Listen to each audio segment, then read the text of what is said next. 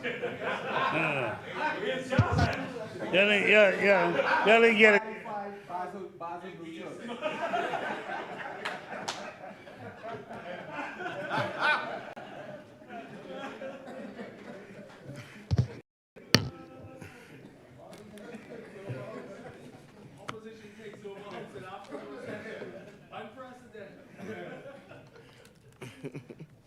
Honorable members, at the break we were debating a compendium of bills. I presume we are now ready. As many. The chair recognizes the honorable member for St. Barnabas. Thank you very much, Madam Speaker.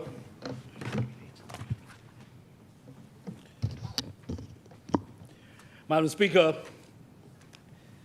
it's always a pleasure to have the opportunity to stand on my feet and represent the great people, the constituency of St. Barnabas. I thank Almighty God for allowing me to wake up this morning to continue to do His will for my life, which includes being the best husband, the best father, and the best citizen that I can be for my people, as I'm sure we all are trying to be, Madam Speaker. As long as there's breath in our body, honorable member. Madam Speaker, I intend to be very, very brief.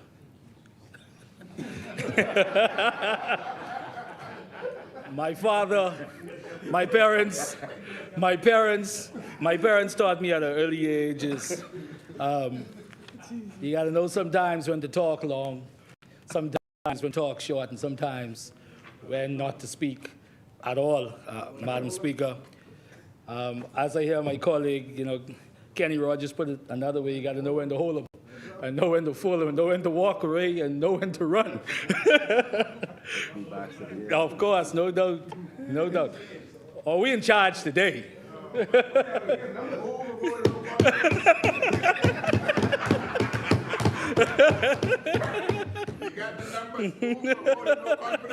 Madam Speaker,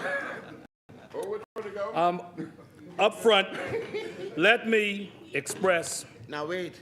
Now you know I'm the deciding factor. Let me express.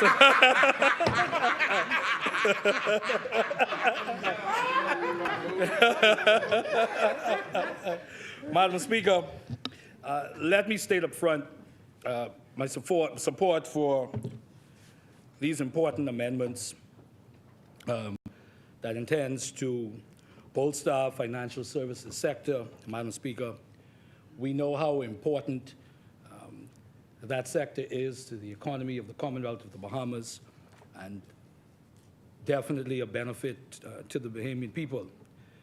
There are a few matters, Madam Speaker, that I wish to touch ever so slightly, Madam Speaker, as we talk about the importance of this to the financial services sector and the Bahamian economy at large, Madam Speaker.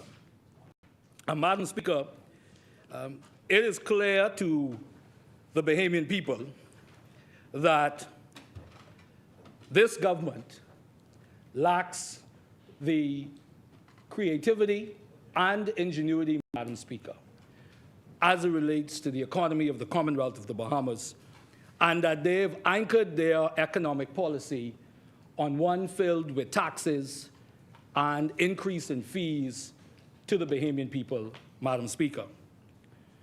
Madam Speaker, this side has consistently called for the government to take VAT off of bread basket items.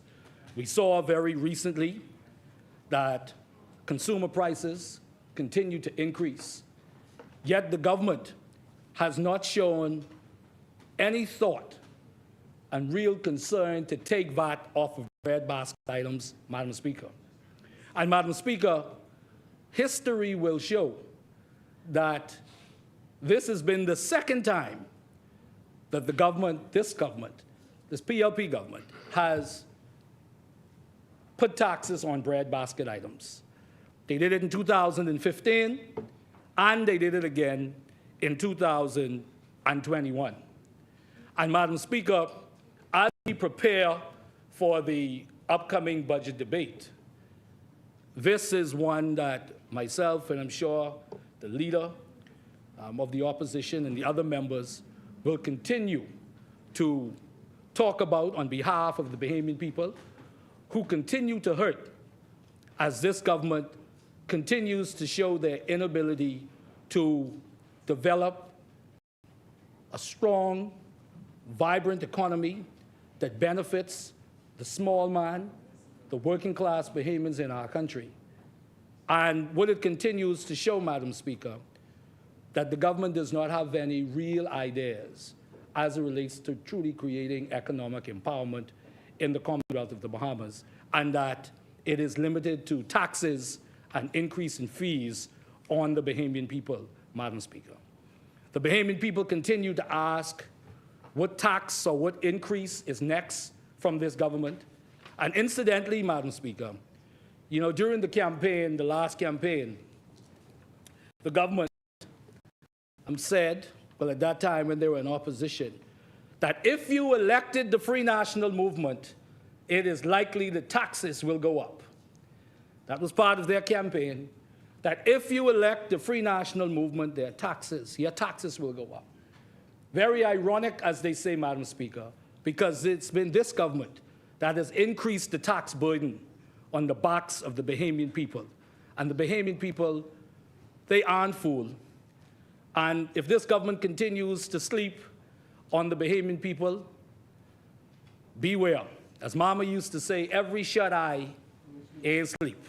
And the Bahamian people are watching, and they are talking that there is no relief under this current administration, under this current government, Madam Speaker.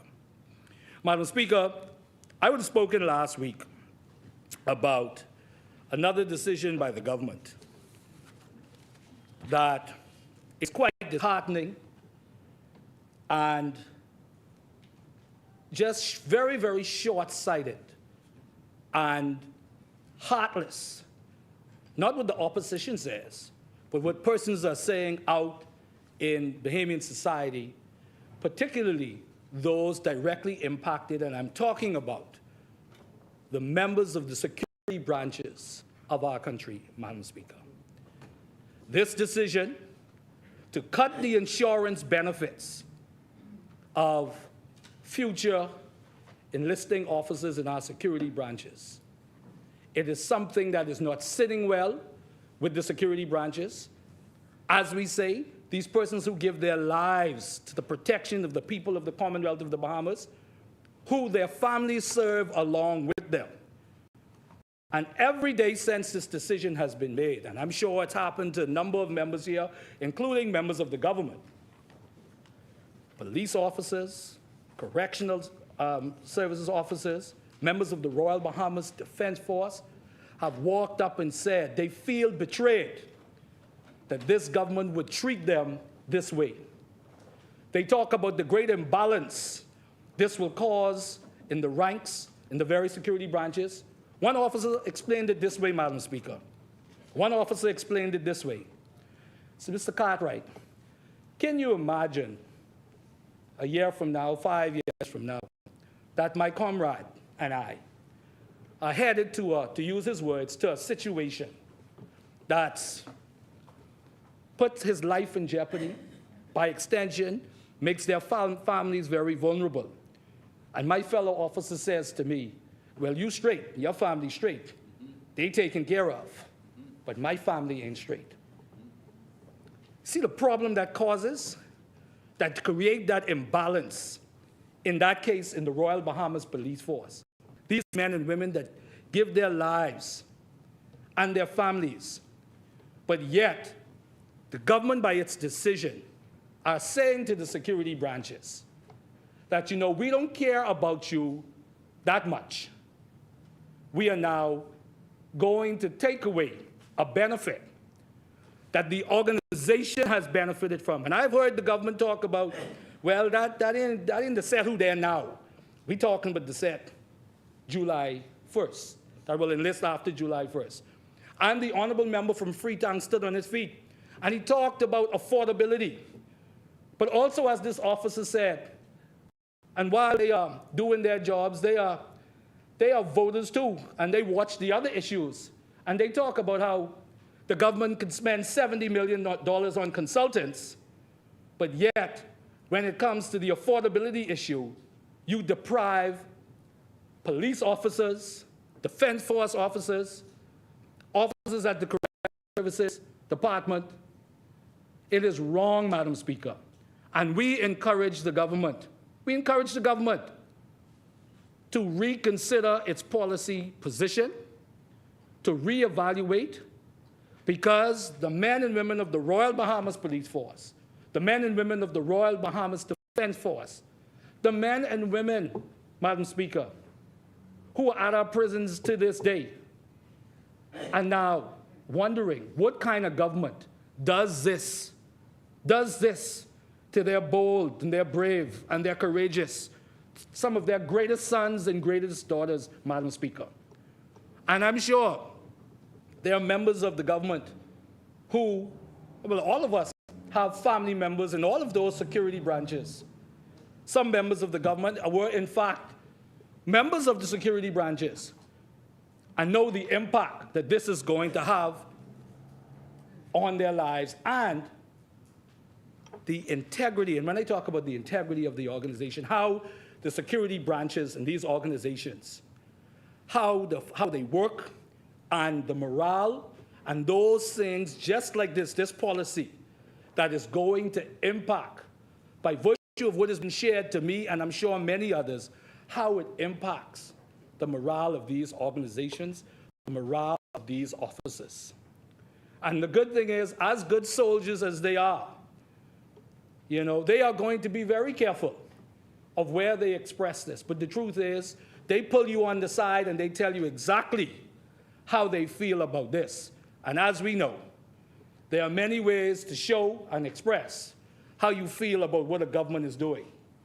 And that day will come, Madam Speaker. And Madam Speaker, I just want to read, Madam Speaker, two statements. One by the Royal Bahamas Police Staff Association, and the other by the Correctional Officer Staff Association. And I want you to listen. I want the Bahamian people to listen to the frustration, the exasperation, the great pain members of the security branches feel as it relates to this policy. Members of the Police Staff Association, let's be fair to law enforcement. For as long as the executives of the Police Staff Association have been begging and pleading with government after government for vision and dental to be added to our insurance, it has always fallen on deaf ears. Government on both sides have long made promise after promise, but nothing has been done. In the upcoming budget, it finally seems as though we were getting somewhere with the increase in salary for law enforcement recruits. But now, just look at it. They're taking it all right back, Madam Speaker.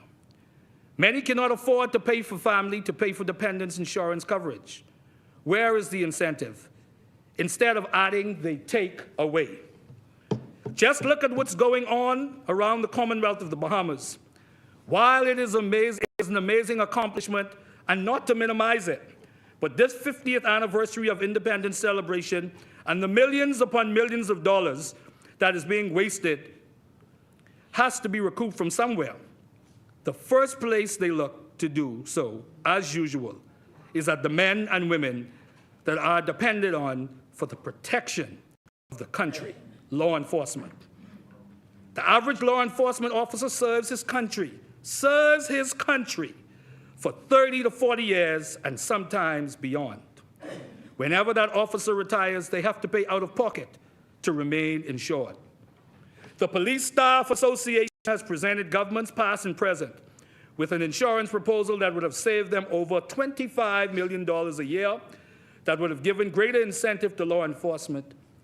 Hundreds of man-hours, research, comparative studies, and money were invested into getting the best insurance proposal for law enforcement, trying to get improvements across the board. But here we are. Where is the fairness for law enforcement? The Cabinet of the Bahamas has made a decision that will unilaterally affect the future of every law enforcement agency in the Commonwealth of the Bahamas without consulting any of the representative agencies. I repeat that again, Madam Speaker. Where is the fairness for law enforcement?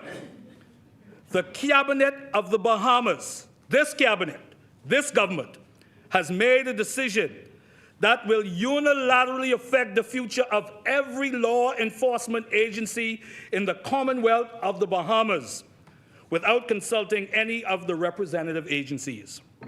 With the level of crime facing the country, the government should be trying to incentivize law enforcement officers.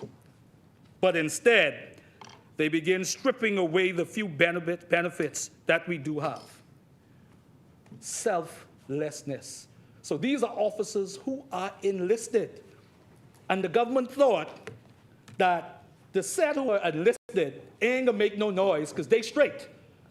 But they continue to show their selflessness as they think about comrades that they have not even met yet. But they understand the importance of this benefit to their organization. They continue to show their courage and their bravery. What's next? It goes on. I cry shame on them for the blatant disrespect this government has continued to show towards law enforcement. Blatant disrespect. Blatant disrespect, not our words, the words of the Police Staff Association. Things have to change, and they definitely will. Continue to stand by for further updates as we await the next chapter. Thank you for your continued support as we serve the protectors with pride. Madam Speaker, that is a sobering indictment on this government. Not the opposition, we ain't stir up nothing. That's the members of the Royal Bahamas Police Force. And this is how they feel about this decision that this government has made. The government will answer for this. The government will. Madam Speaker, statement by the Correctional Officers Staff Association. The government of the Bahamas, this government, has made a decision that will unilaterally affect the future of every officer whose agency falls under the security branches. Many of us are not concerned because we are not affected by these changes, but this is a cause to be alarmed. We have been lobbying for dental and vision to be added to our insurance plan for years, and the requests have fallen on deaf ears thus far. One can only wonder what else is in the pipeline to be taken away. It simply shows that the increase to recruit starting salary from 18,000 to 20,000 was given, but not without consequence, Madam Speaker. It would cost over $700 monthly per dependent if an officer decides to carry on with the coverage. So what they have said is there was an increase. And while they was feeling good, and they've been feeling good about the increase, now they realize the bait and switch. Apart from individuals having an opportunity to serve their country, our insurance has been a staple for decades and is one reason, if not the primary reason, that attracts young men and women to these various agencies. There is no justifiable excuse that we can accept. The decision was made with no regard, discussion, or consultation with various unions or associations. We refuse to accept the government can no longer afford it. We refuse to accept that the government can no longer afford it. While this is a huge and proud moment for our country, millions of dollars is being spent on our country's 50th anniversary, while the very same agency who are now being slapped in the face, not my words, being slapped in the face, are expected to perform in these festivities. We cannot allow this coverage to be downgraded and remain silent. If we do not act, the next step may be we who are not affected by the change may no longer be allowed to add dependents. We do not know, and we are not prepared to leave it up to chance. The Correctional Officer Staff Association has made contact with another major security branch agency and expect to reach out to all by early next week. Thus far, we both share the same position, and the consensus is exactly the same. These actions are nothing less than disrespectful. Madam Speaker, these actions are nothing less than disrespectful. The government has to look at itself and consider this heartless act, not that the opposition is talking about, but that the men and women of the Royal Bahamas Police Force, the Royal Bahamas Defense Force, officers of the correctional services, and others have great concern about. We will stand up against this decision, whether it be collectively or independently. This is not a fight the association alone can win, as we work on a strategy to address this issue. Madam Speaker, I thank the honorable members for their indulgence, but I thought it was very important to read these statements, Madam Speaker, to show again how our bravest sons and daughters feel betrayed by this government, feel betrayed. And the truth is, Madam Speaker, while there are all kinds of issues that run the gamut of being important and significant, nothing can be more important in my view and in our view than protecting and showing our loyalty and our support to the men and women who put their lives on the line every single day, Madam Speaker. Madam Speaker, I thank you very much for this brief intervention.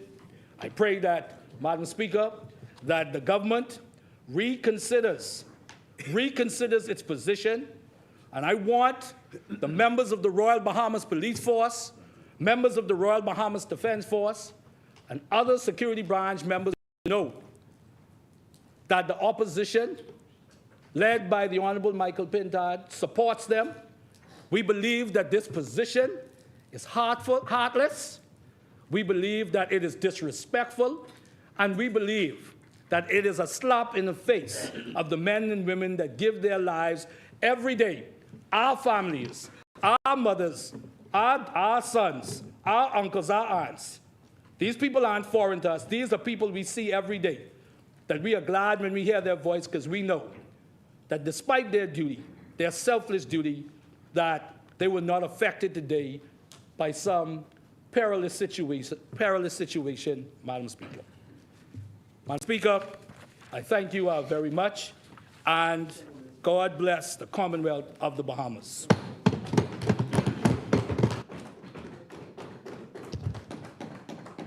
Thank you, Honourable Member. As many, the Chair recognizes the Honourable Member for South and Central Andros. Thank you, Madam Speaker.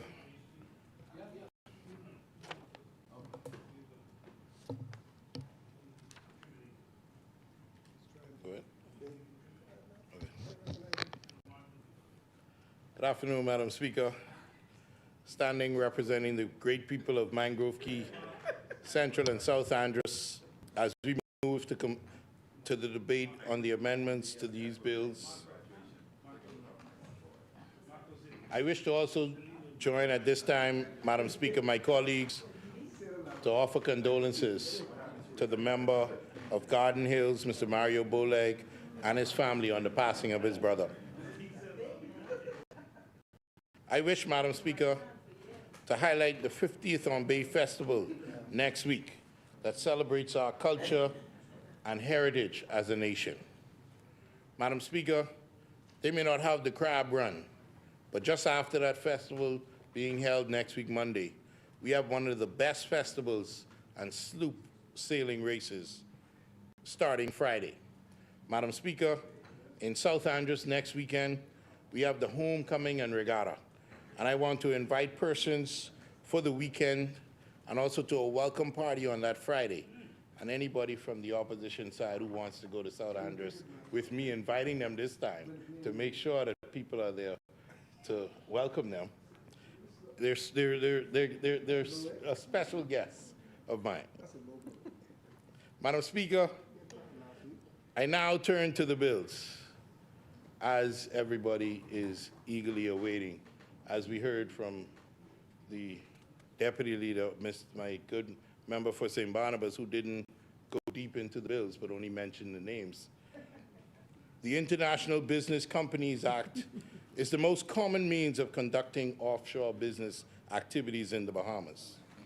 The requirements for these IBCs are different than domestic companies in that they must have at least one director and one shareholder.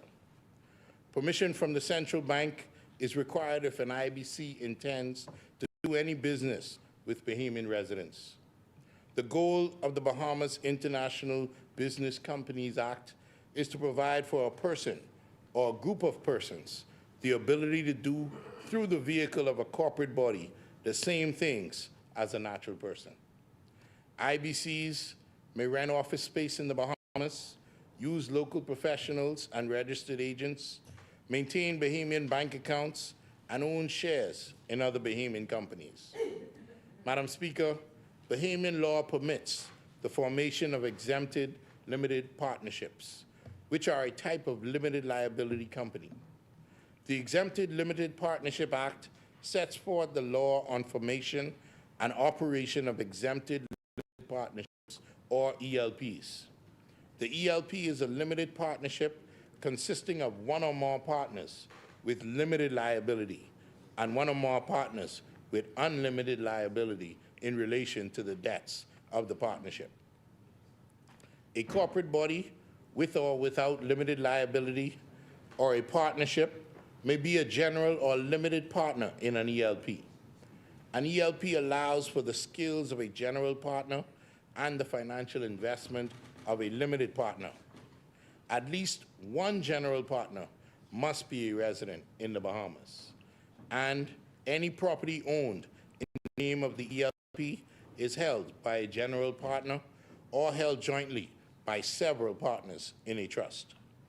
Alternatively, Madam Speaker, one general partner may be a foreign company registered in the Bahamas pursuant to Part 6 of the Companies Act, or a company incorporated under the International Business Companies Act or the Companies Act.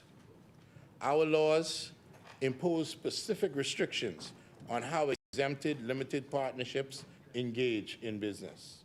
ELPs cannot do business with the general public in the Bahamas except as needed to carry on businesses in other countries. ELPA, Section 4, the only exemption and exception to the law is doing business with other companies or international business companies. As we look to amend these bills, Madam Speaker, we underscore the importance of an ELP to continue doing business as either a limited partnership or an IBC. Madam Speaker, there are several considerations that these corporate bodies factor in the decision to extend their ELP, which are: why continue or migrate to another jurisdiction, how a continuation may affect creditors, partners, shareholders, and practical considerations pertaining to property and debts.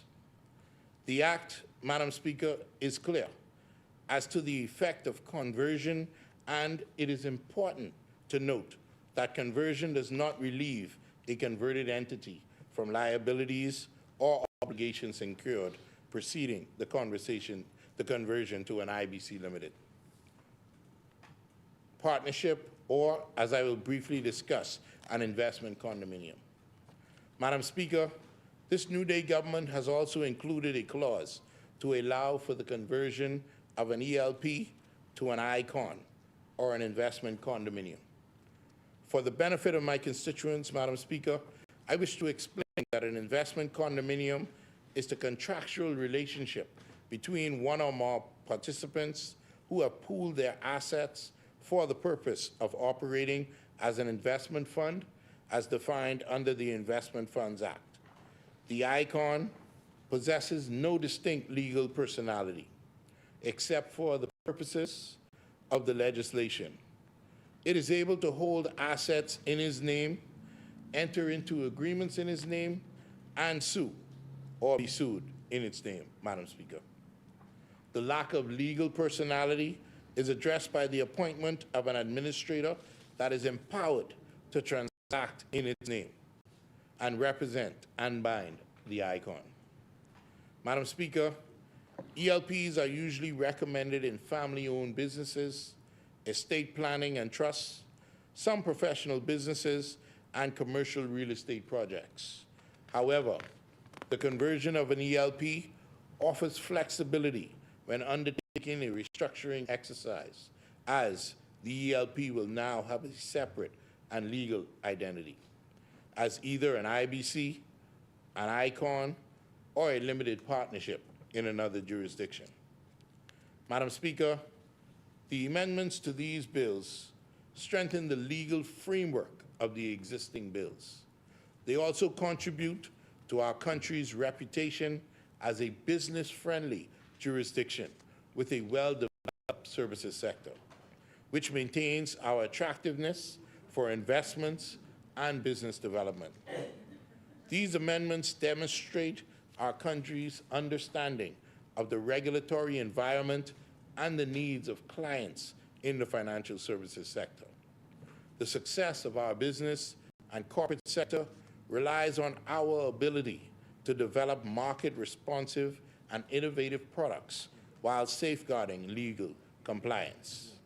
It is with these tenets, Madam Speaker, that I declare my support for these amendments on behalf of the people in Mangrove Key, Central, and South Andrews. Thank you, Madam Speaker.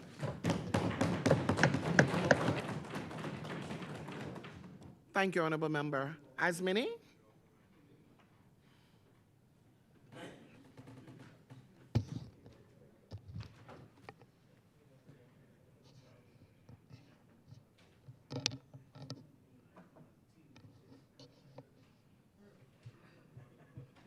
I see that he called it the Ministers' Cup, so no opposition MPs would have said the ministers. And now he comes here with the trophy and he says, The chair recognizes the Honorable Member for Marco City. Thank you.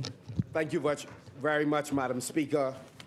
Thank God for this opportunity to be in the House once again and say a special thank you to the residents of Marco City for giving me this opportunity to once again share their views and work towards their dreams and aspirations. Madam Speaker, I would like to say a special hello to my mother, who I'm certain is watching television at this moment, to say how much I love her and appreciate her for her continued sacrifice, not just on my behalf, but on so many others' behalf. Love you, Mom. Madam Speaker, we support the pieces of legislation that have been brought here today. It has been clearly outlined that these pieces of legislation, Madam Speaker, has been in the works for some time. They are driven by the private sector. They've been worked on while we were last in government. And of course, this administration has continued to work on them and have brought them to this place in order for us to stay on the cutting edge and to be responsive to the demands of the financial services market. We support these pieces of legislation. We believe anything that contributes toward greater ownership by Bahamians, Madam Speaker, is a good thing. And in this regard, we support both of these pieces of legislation. Madam Speaker, let me comment for a moment on some matters that are occurring in Grand Bahama that are of significant concern to so many of the residents who we work with on a daily basis. Madam Speaker, I had the good opportunity to go to Port Lucaya last week to attend a meeting and also, Madam Speaker, to tour a portion of the straw market and to look at the museum, Madam Speaker, which it's ironic because this visit was on the heel of us discussing salvaging in the Commonwealth of the Bahamas, and I had an opportunity to visit the facility in Grand Bahama. That is that clock right?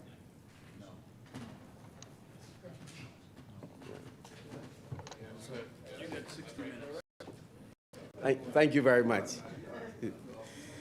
I know time running out on the PLP, but I didn't expect it to be running out on me.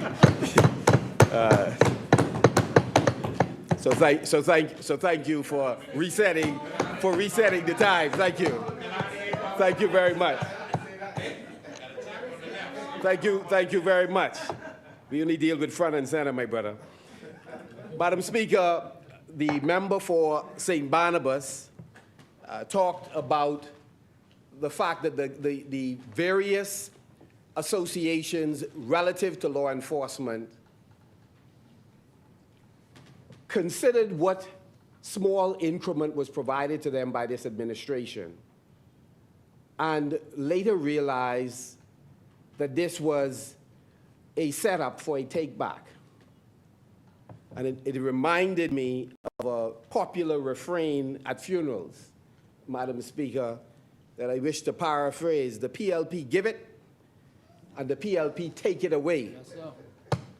Sad are the things they do, Madam Speaker. And we've been saying this for quite some time. That's right. That they would come and introduce a piece of legislation and talk about how they are empowering the vulnerable, and then they would turn right around and raise fuel costs by 163%, which then translate into a 35% all the way up to close to 100% increase in electricity on both residents and middle-class families and businesses, Madam Speaker. The PLP give it, and the PLP take it away. Sad be the things they do. Madam Speaker, in so many different ways, we have made the point that this is a tax and spend administration. And as if we have amnesia, they would then challenge us, because it sounds so terrible when they hear it, they would challenge us on a point of order to name the taxes, and then they would quietly retreat in their chairs when the list starts to get entirely too long, Madam Speaker. In Grand Bahama, I was saying that I had a chance to visit Port Lucaya.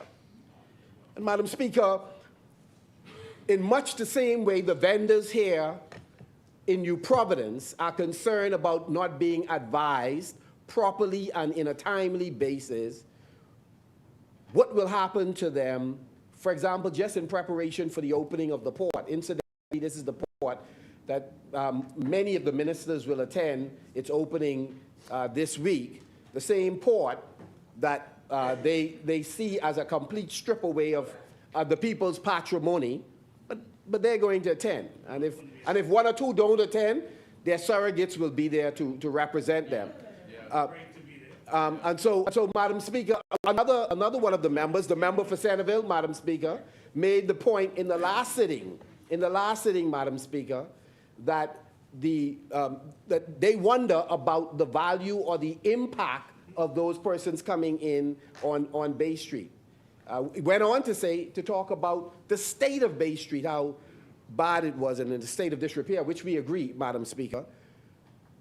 However, there's an opportunity in a cabinet meeting to discuss those issues, to lay out the strategic plan for the transformation of Bay Street, and to get the information on the impact of that 25,000 plus persons per month who are coming and spilling onto Bay Street and spending money. So there's no need to speculate. If cabinet colleagues are talking, they are able to talk about the plan that is in train, which the member for Exuma and Ragged Island has talked about fairly extensively, and how the government intends, along with the stakeholders, to transform Bay Street, not just going west, but going east as well, Madam Speaker. They are in the chair and should speak as if they have a series of plans in train to transform the area. But, Madam Speaker, in much the same way the vendors here are concerned, in Grand Bahama, Port Lucaya has some very serious challenges. Madam Speaker, I've had to intervene, and I'm sure my colleagues have as well, on more than one occasion to petition on behalf of residents who feel as if they are being badly treated at Port Lucaya, particularly persons in the market. Madam Speaker, we have to, Madam Speaker, we expect the government to be vigilant in talking with, working with, putting pressure on the owners of Port Lucaya to address the infrastructural issues that exist there, the flooding that occurs, particularly since there isn't proper repair of the roadways and a number of areas there. So if it rains, definitely the few tourists that do come are not going to be able to properly access some of the stores. And also, there is a need for the government to work in tandem with Port Lucaya in terms of promoting the space so that there could be increased traffic that's driven there to give the vendors an opportunity to do well. They say they do not believe they are getting sufficient support from the ownership of Port Lucaya and by extension the government. The chair recognizes the honourable member for Pine Ridge. From day one, when we came to office, we met with Port Lucaya vendors, and we even initiated a relief package for the Port Lucaya vendors. The Minister of Tourism and Deputy Prime Minister, would have already met with cruise line executives as well to encourage additional cruise calls to the Port Lucaya area.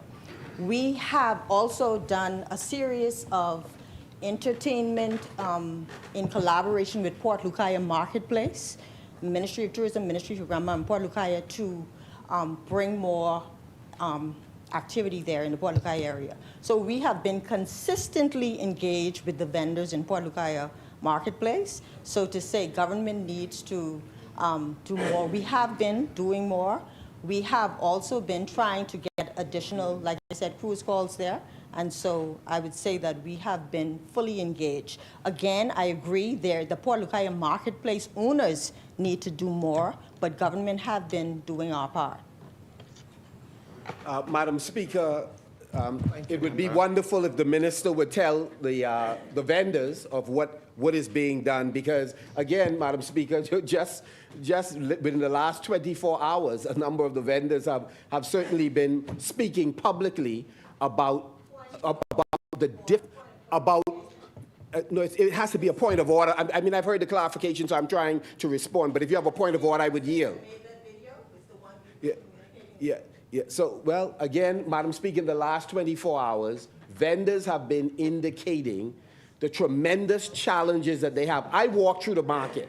Madam Speaker, the Bahamas is what it is, so you understand the politics. As I move from vendor to vendor, Bahamians are not bashful, so they're willing to say who their allegiance are to. And we missed no one who wasn't prepared to just speak candidly. And Madam Speaker, when persons spoke, they shared what their gripes were. And their gripes are strong. They feel that there is insufficient attention being paid to their concerns, whether it's around the flooding, whether it's around being able to access resources, in some cases, to even replenish their goods. I believe they talked about a $500 subvention that was given, which we believe every penny counts, and so we don't downplay the value of that. I know when Minister Thompson was in the chair, for a number of the vendors, not all of them, $5,000 was made available through a grant program, Madam Speaker. We have to look at creative ways of driving traffic to the location, working with vendors in terms of some of them even converting to creating indigenous Bahamian products that can, Madam Speaker, be exported even to other islands, finding additional ways to empower our vendors, to let them know that we have their back in the event that the owners or the operators of Port Lucaya are behaving in a manner that it negatively affects vendors' emotional and mental state and, of course, their livelihood. And so, Madam Speaker, we implore the government to be even more vigilant, to do not interpret the cries for help as being not valid because you believe you've done the best you can. Quality customer service is satisfying customers' needs, desires, and expectations in a consistent and dependable manner, and it's not your perception of how good your service is that matters, it's what they perceive. And right now they perceive that not enough is being done, either by government or the ownership of Port Lucaya in terms of helping, particularly on the promotional front, of driving traffic to the location. I intervened, Madam Speaker, some time ago, even asking for assistance in permitting to working with the hotel that the government now owns and is unable to sell for almost 2 years, to work with the government to make sure, Madam Speaker, we all promised to sell it fairly quickly and was unsuccessful. So, Madam Speaker, to get the traffic that comes through that area, that if they wanted to use the beach, the vendors felt that there was a way they could have created a pathway rather than all the way up by the police station to walk around the edge on rocky ground in order to access the beach. The chair recognizes the honourable member for Pine Ridge. This at the Grand Lucayan is currently going on as we speak, and that's being done by members of the beautiful Grand Mama team, so that is something that should be coming on board pretty shortly. But we are working on both the beach access at the police station and both the beach access through the Grand Lucayan waterway. Thank you, honourable member. Madam Speaker, we're pleased that a request almost 2 years ago is now taking root, Madam Speaker. And so, but we are particularly concerned, Madam Speaker. And so this is a serious matter in Grand Bahama. Madam Speaker, another matter that is of significant importance in Grand Bahama is for the government to move ahead and pass the bylaws that we were mandated when we were in government to address.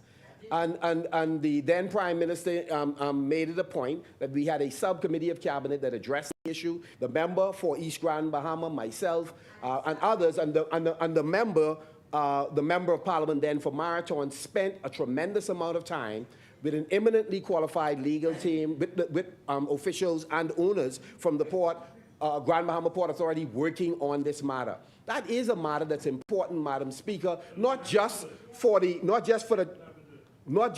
transformation of the island. In fact, we felt as if the amount of work that had already been done, that it's pretty much ready to go. And so we recommend that you just take carriage of it and pass it. So let me just mention a couple of benefits of it. One, Madam Speaker, there seem to be insufficient teeth in the present regulations that the Grand Bahama Port Authority and associated companies have. So what we have in Grand Bahama is for buildings that have fallen into a state of disrepair, that's an eyesore, that's a disincentive to potential investors, are unable to be moved without the potential of legal repercussions. And so the bylaws will then give authority to remove them, Madam Speaker, and also the possibility of possessing them, selling, and making sure that the cost for demolition is defrayed, and then we have to make a determination on who then has carriage of the remaining resources. The other thing, Madam Speaker, is in Grand Bahama, there is an issue, Madam Speaker, where projects have been held up according to investors because there was an impasse between environmental health in New Providence or nationally and in Freeport. And so, Madam Speaker, the bylaws are critical, and we ask that they move post-haste to address the issue of bylaws. What is also important, Madam Speaker, is the role and future of the Grand Bahama Port Authority. We, myself and the member for East Grand Bahama, is on record having spoken a number of times on this issue, that we believe in the absence of the Grand Bahama Port Authority showing the wherewithal to attract very serious resources or to spend more of the resources that they have, we have to take another look at that, and we would strongly encourage them to look for strategic partners or to give consideration to divesting if they do not believe they have the wherewithal to move this process along. We have heard substantial discussions around the issue of the government's interest in it. And we are on record as saying that we do not believe, if it is being contemplated, I'm sure the Prime Minister would be able to clarify, if they're contemplating, I said on Friday night in our meeting, speaking to more than 200 persons in West, Grand Bahama, and Central, that we do not support any acquisition by central government and a flip to somebody else. However, we do not support the Grand Bahama Port Authority being in a holding pattern at this time. There has to be greater dialogue between central government and the Grand Bahama Authority. There have to be greater discussion between the industrial companies and the government and the Grand Bahama Port Authority. And we need the minister to be deeply engaged in those discussions, Madam Speaker. The people of Grand Bahama has substantial challenges in this regard, Madam Speaker. And we do not believe we believe that there has to be a discussion about whether persons holding thousands and thousands of acres should be able, Madam Speaker, to not engage in sales because they may be thinking generationally when we need to spur on development, Madam Speaker. Those things that could stimulate second home ownership, that you could sell properties that you're holding as a massive parcel into smaller portions that people may be interested in. If, in fact, that is what is occurring, Madam Speaker, we frown on that, and we believe that pressure has to be brought to bear, that persons develop, or we have to give consideration on how else we are going to deal with those large tracts of land. And so we are open to engaging in that discussion, to hearing the best possible ideas, Madam Speaker. Yes. And so, Madam Speaker, we have also expressed on the record here in the House the concern about the increase in the cost of water in Grand Bahama, given the challenges that residents in Grand Bahama have been having, given the fact, too, Madam that persons, there has to be a greater education campaign around the water. We believe the quality of the water has improved since Dorian, but of course we are prepared to work with the utility company so that we can better promote that fact, because there's also still a concern about the quality of water, and we want to make sure you increase, if the price as it is being increased, we want to make sure that people are getting value, Madam Speaker, for money. Madam Speaker, I had the opportunity to speak to one of the ministers opposite who is investigating for us, and we're investigating. We are hearing that there is consideration being given to continued blasting and expansion of operations that would include mining, particularly in the western Grand Bahama community, central to west. And we having spoken to one of our colleagues opposite, we are prepared to stand with the government to ensuring that mining does not expand and the blasting does not expand. When we were in the chair, Cabinet rejected the expansion across the street of a company that was minded to increase their blasting in West Grand Bahama. We want to make sure, Madam Speaker, that does not happen. We said no more. We stopped it. Madam Speaker, let me turn my attention for a moment to the green paper that has been mentioned. Madam Speaker, there is a significant, just before I do that, Madam Speaker, there's a significant concern on the eve of this hurricane season, Madam Speaker, that insufficient work has been done in Grand Bahama and Abaco relative to hurricane relief. Madam Speaker, when we were in the chair, much was accomplished in terms of assisting residents in home repairs and, of course, providing assistance for the most vulnerable through a social safety net. But, Madam Speaker, despite the employment assistance, which we did, the employment assistance, despite the massive food program in Grand Bahama and, of course, assistance in Abaco. Despite the thousands of homes that were repaired, we did not get everything correct. Thousands of homes repaired in Grand Bahama and Abaco, right? Right? So, Madam Speaker, despite the fact that we did not get it all right, and some things, quite frankly, we got wrong. The worst year under us in Dorian relief is better than the best year under this PLP administration, Madam Speaker. There are persons, there are families who have been promised elaborate announcements, and promises were made in multiple ceremonies that were held. And Madam Speaker, we supported the ceremonies because we believe what was done by this administration in those ceremonies was important, Madam Speaker, to stand with people, to express to them how much we care, how concerned we are. And the government indicated it recognized that there were some things that were not yet done that they would take care of. Unfortunately, Madam Speaker, those things did not happen. I sat in the memorial service. My colleagues sat in the memorial service.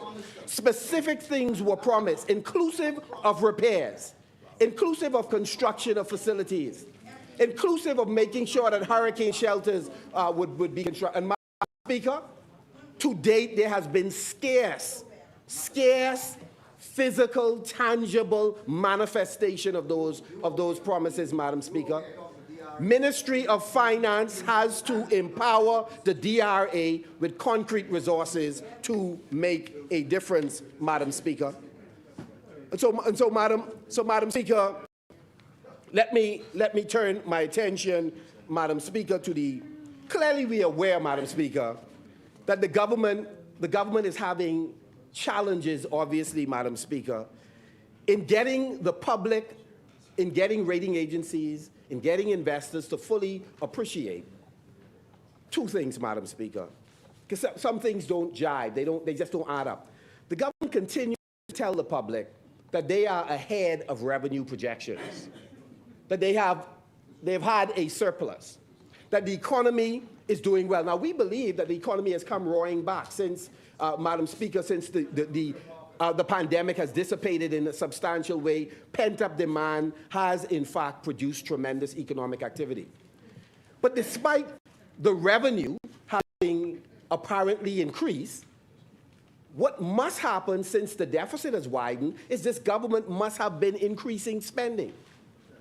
So expenditure seems to continue to outstrip revenue, and the deficit, Madam Speaker, continues to widen under this administration. So, Madam Speaker, it brings me to this point. The government is finding creative ways, every opportunity it gets, to levy some sort of fee, some sort of tax, or an overly aggressive approach to claw funds from residents and business and transfer the funds into the coffers of the government, who have demonstrated they are not good at managing, they're not prudent in how they manage our money. So, Madam Speaker, if I was a betting man, and I am not, Madam Speaker, and I had to bet on the ingenuity of the Bahamian people or the ingenuity of this New Day government in managing scarce resources to make sure people eat, to make sure that they could restore their life in Grand Bahama and Abaco to a sense of normalcy, Madam Speaker, I would bet on the Bahamian people and the Bahamian businesses. The chair recognizes the honourable member for Bain and Grantstown. Point of order, Madam Speaker. Sometimes I have an opportunity to sit in the meetings where we discuss matters related to revenue and expenditure. And Madam Speaker, I can say, with respect to the statement that was made by the member for Marco City, that yes, there may have been an increase in expenditure, but I think it's important for the Bahamian people to know and to recognize that the increase in expenditure was as a result of bills that were not paid by the former administration. As a result, we had to make certain that we incorporated those bills in this fiscal year, and hence you see the increase in expenditure. But all of that was based on the fact that those bills were not paid in the previous administration. Thank you, Madam Speaker. Yeah, Madam Speaker, we thank the member for being in Grandstown very much for a continuous chorus by every administration. We came in and paid off, I think it was more than $600 million worth of outstanding debt that we met in place. Madam Speaker, this is, so it's not news. It's not news that he has provided, but we appreciate his intervention nevertheless. Madam Speaker, let me speak briefly to the Green Paper corporate income tax and our position. I believe the member for East Grand Bahama litigated this matter very well, Madam Speaker. So let me say this, so it doesn't get lost in the minutiae of some of the technicalities this administration would wish to raise. We are going into a budget exercise. It's a simple thing. We, Madam Speaker, earn a certain amount and we spend a certain amount. This country is accustomed to spending more than we earn, and we end up with a deficit. Madam Speaker, the way government earns money is through taxation, Madam Speaker. And many of the persons who work extremely hard, Madam Speaker, to make it rain in this country, to employ persons, to generate wealth and ownership for themselves and by extension others, seem to be sick and tired of governments being able to make ill-advised decisions that cost residents and business persons, and then turn around and go back to the very persons who they cost and then tax them to get more money to repeat the vicious cycle. So, Madam Speaker, here is the issue for us. The statement, certainly, Madam Speaker, that I made, let me encapsulate it this way. The administration is on record as supporting an overhaul of the tax system. I myself and the member for East Grand Bahama on multiple occasions have mentioned we believe that there needs to be widespread consultation and discussion to arrive at a more equitable tax system in the Bahamas. I have not backpedaled from that position, Madam Speaker. We believe that that's important. So, of course, we support any green paper that advances that. That's not the issue. We support the release. In this case, the leaked green paper. We support that, Madam Speaker. We support having the discussion. However, Madam Speaker, what we said, and we stand by it, Madam Speaker, we do not believe that there should be a narrow, whenever the government gets from green paper to white paper, there should be not a narrow prescription on how to address our taxation issue. It has to be a holistic approach. And so, Madam Speaker, I'm going to table one of the articles under the title, We Are in Crisis, Pintage Calls for Reconsideration of VAT Regime and COVID Protocols, where I clearly comment, Madam Speaker, that there needs to be a comprehensive look at our tax system. And this, Madam Speaker, I'm long on record in this regard, Madam Speaker, carried no less than the Guardian. Madam Speaker, look at God. And so, Madam Speaker, those making critiques have clearly not paid sufficient attention to the comments that we have made on tax reform. Madam Speaker, under the previous F&M government, the government engaged Deloitte in order to examine the prospect of reform of the business license tax regime and prospects for replacing the same system with a fairer and more equitable tax system for businesses. Madam Speaker, there was and is a clear understanding that the current business license regime needs reform. Further, Madam Speaker, it was the F&M that committed the country to a global treaty on a common tax for large businesses. So I heard the member for Centerville made reference, seeking to give the public the impression that I was backpedaling from that. Madam Speaker, my discussion was about taxation on local Bahamian businesses, which I'll come to in a moment, Madam Speaker. So Madam Speaker, neither then nor now do we oppose the exploration of the concept of a corporate tax regime. What we are saying, Madam Speaker, and let me emphasize unapologetically, that we oppose, Madam Speaker, any major, because we understand the PLP has a different notion of major than we do, major tax reform that does not include, Madam Speaker, looking at our fiscal infrastructure and making the necessary changes there. Madam Speaker, several experts this week made similar comments concerning the need to do other things.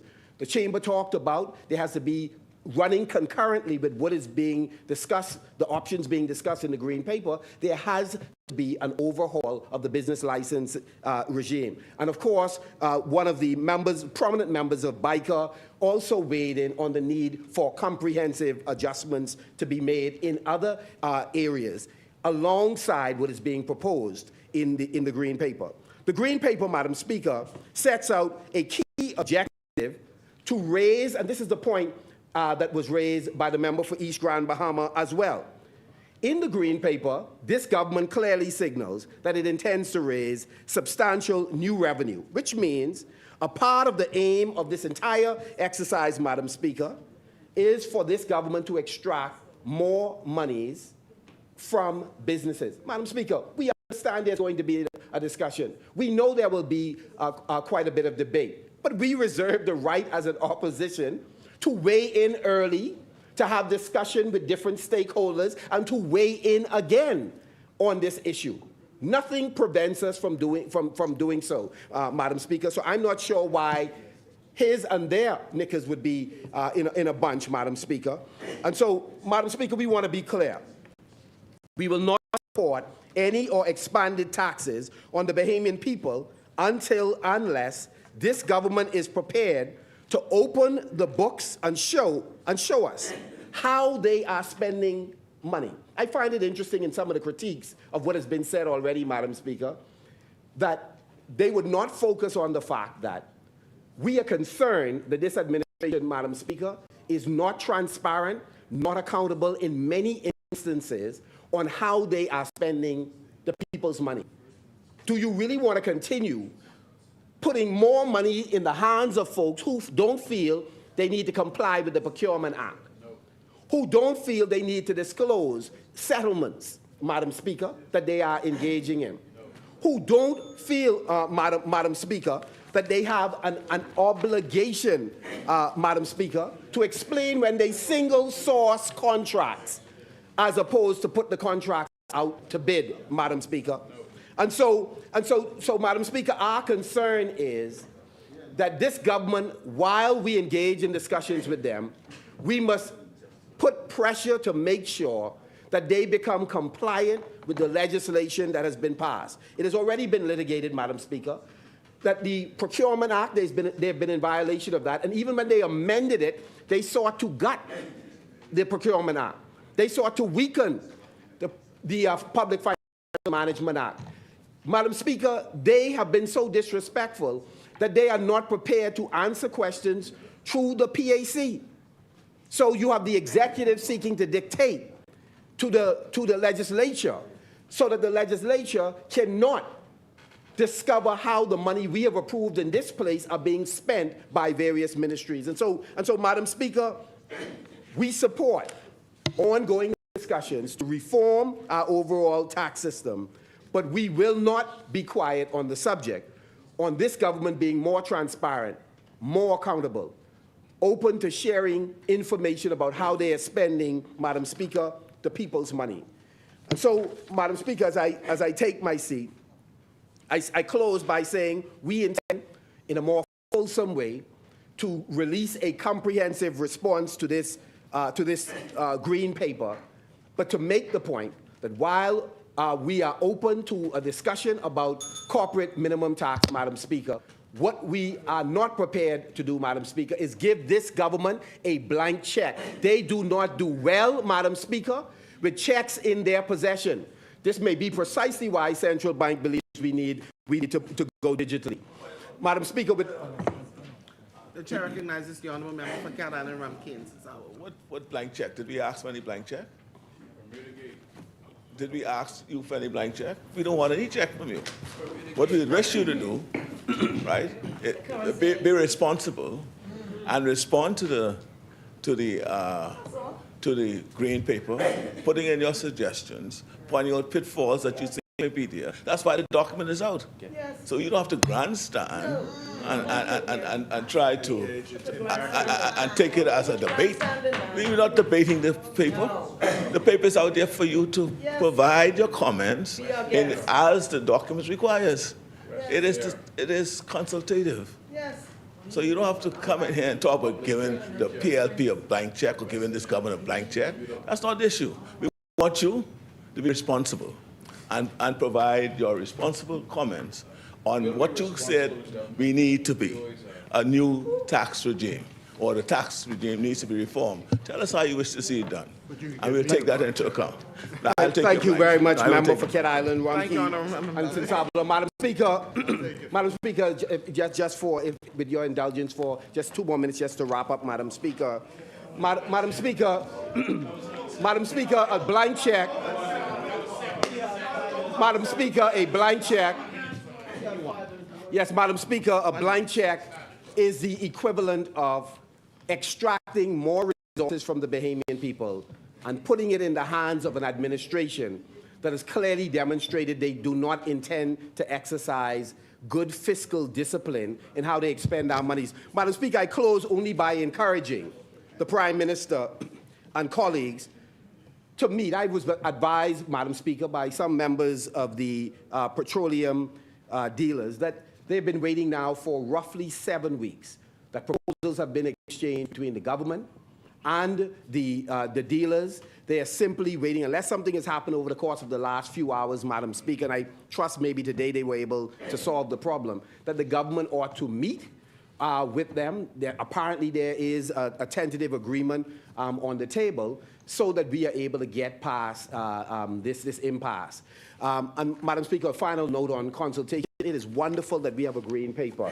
It is most unfortunate the government didn't consider that when they were dealing with the pharmacies, when they were dealing with the food retailers and wholesalers, because they do not have a good record, you know, Madam Speaker, on consultation. And so it is a wonderful thing that this paper came out and have brought us to this point. Thank you very much, Madam Speaker. Thank you, Honourable Member.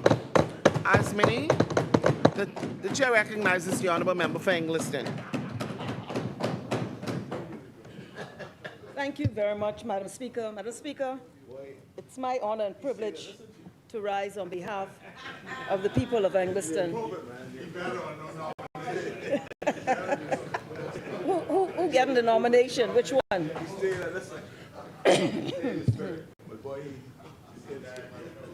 Madam Speaker, I rise.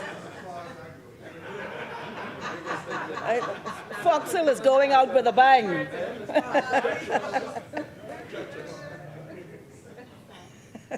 I rise to contribute to this debate on the amendments to the Exempted Limited Partnership Amendment Bill 2023 and the International Business Companies Amendment Bill 2023. And based on what we've heard from the opposition almost ad nauseum, except perhaps for East Grand Bahama, I want to bring us back to the purpose of this debate, which is this legislation. And also, it's very good to know that those who did bother to speak to this bill in any kind of substantive way have indicated their support for these amendments. And I just want to quickly go over the amendments. We've heard it, but I just want to re-emphasize, particularly after all of that we just heard. The amendment to the Exempted Limited Partnership Bill seeks to provide for A, the continuation of an exempted limited partnership as an international business company, and B, continuation of an exempted limited partnership as a limited partnership in another jurisdiction. The amendment will also provide for the transition of the exempted partnership's assets, liabilities, and pending legal proceedings to the international business company or the limited partnership in another jurisdiction, as the case may be. The amendment to the International Business Companies Bill seeks to insert a new Section 84C into the Principal Act to provide for the procedure of converting an exempted limited partnership incorporated under the Exempted Limited Partnership Act, Chapter 312, as an international business company under the Principal Act. Clauses 3, 4, and 5 of the bill seeks to repeal Sections 91 to 130 Section 137, and Sections 142 to 163, respectively, of the Principal Act. Clauses 6 of the bill seeks to repeal subsections 5 and 6 of Section 176 of the Principal Act.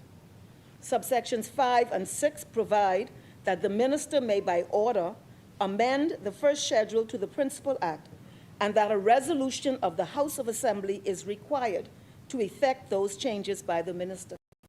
The deletion of subsections 5 and 6 would then mean that the first schedule would only be amended by an act of Parliament. And I think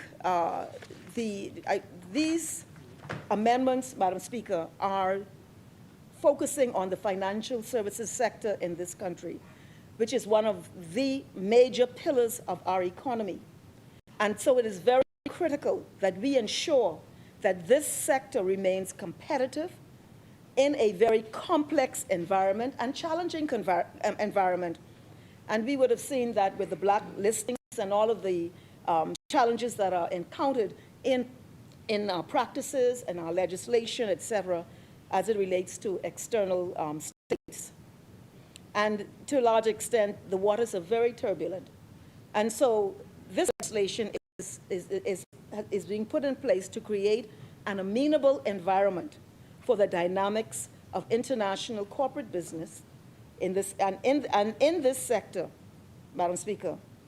We see examples of the synergy between the private and public sectors, the stakeholders, as key contributors to the shaping of policy. This is a very, very important observation of what happens in our financial services sector. That synergy between the state, the government, and stakeholders, which seeks to craft our policies and legislation which allows a successful positioning of the Bahamas in the financial services sector. Now, Madam Speaker, we've heard a lot of political rhetoric in this House. And in my view, this rhetoric has limited value because the problem is the members opposite have no credibility. None. None. And we know, and just to deal with their credibility challenges, it's just so many. I don't even know where to start. Let me just say this, right? No one believes that in my view, that the side opposite offers any hope for the future of this nation. No one believes that. Madam Speaker, they're just there. We ain't forget. That's right. The member for Marcos City was in the cabinet. Yeah. I mean, let me just go through one or two of those things. And, the member, for example, in 2018, I heard the member for Kalani talk about tax and road traffic, et cetera. I looked in 2018, and that was probably the most startling example of what they were up to in this country. In 2018, the then government announced, here it is, and to the shock of even their own members, that they were increasing the level of VAT on the backs of the Bahamian people from 7.5 to 12%. Overnight. Including on bread basket items. I hear the member for St. Barnabas, it was on bread basket items. So I don't know what he's talking about, who do it twice and who do it 3 times. On bread basket items.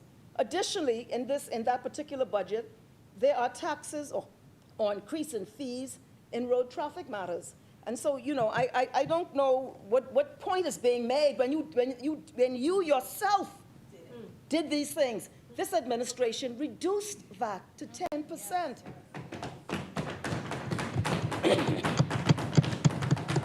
The member for Marcos City talked about the recovery efforts of Dorian. And I just want to say that, I will only say this, the thousands of houses that he said was built. I remember were repaired. Thousands. Now, people of Abaco and Grand Bahama, okay, you hear what's being asserted? Thousands. But I remember in this house, and I happened to find the report, the then former Deputy Prime Minister, he just stepped down. And he said in this Parliament that for him, it was a national embarrassment that many of his constituencies in East Grand Bahama, where these thousands of houses were done, that they were exposed to the elements and insects while 40 domes sit in containers in High Rock. And he talked about the tents and all of that. So to come in here now and be this sort of proverbial voice of this fantastic reality, when you yourself, when you were there. No. Point of order. What's the point of order?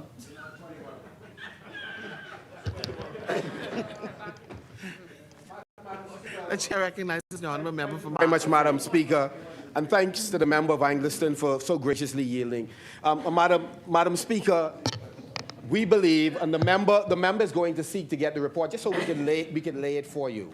I've said on more than one occasion, on this side, we know how to concede when we believe, Madam Speaker, we've not gotten it right entirely or we've made mistakes. We've done that more times than not. This administration doesn't know how to do that. Madam Speaker, we have issued checks to families, 2,500, 5,000, 7,500, 10,000, and the numbers are large, and we're going to get the numbers for you. So, Madam Speaker, this is not about talking about some fantastic thing.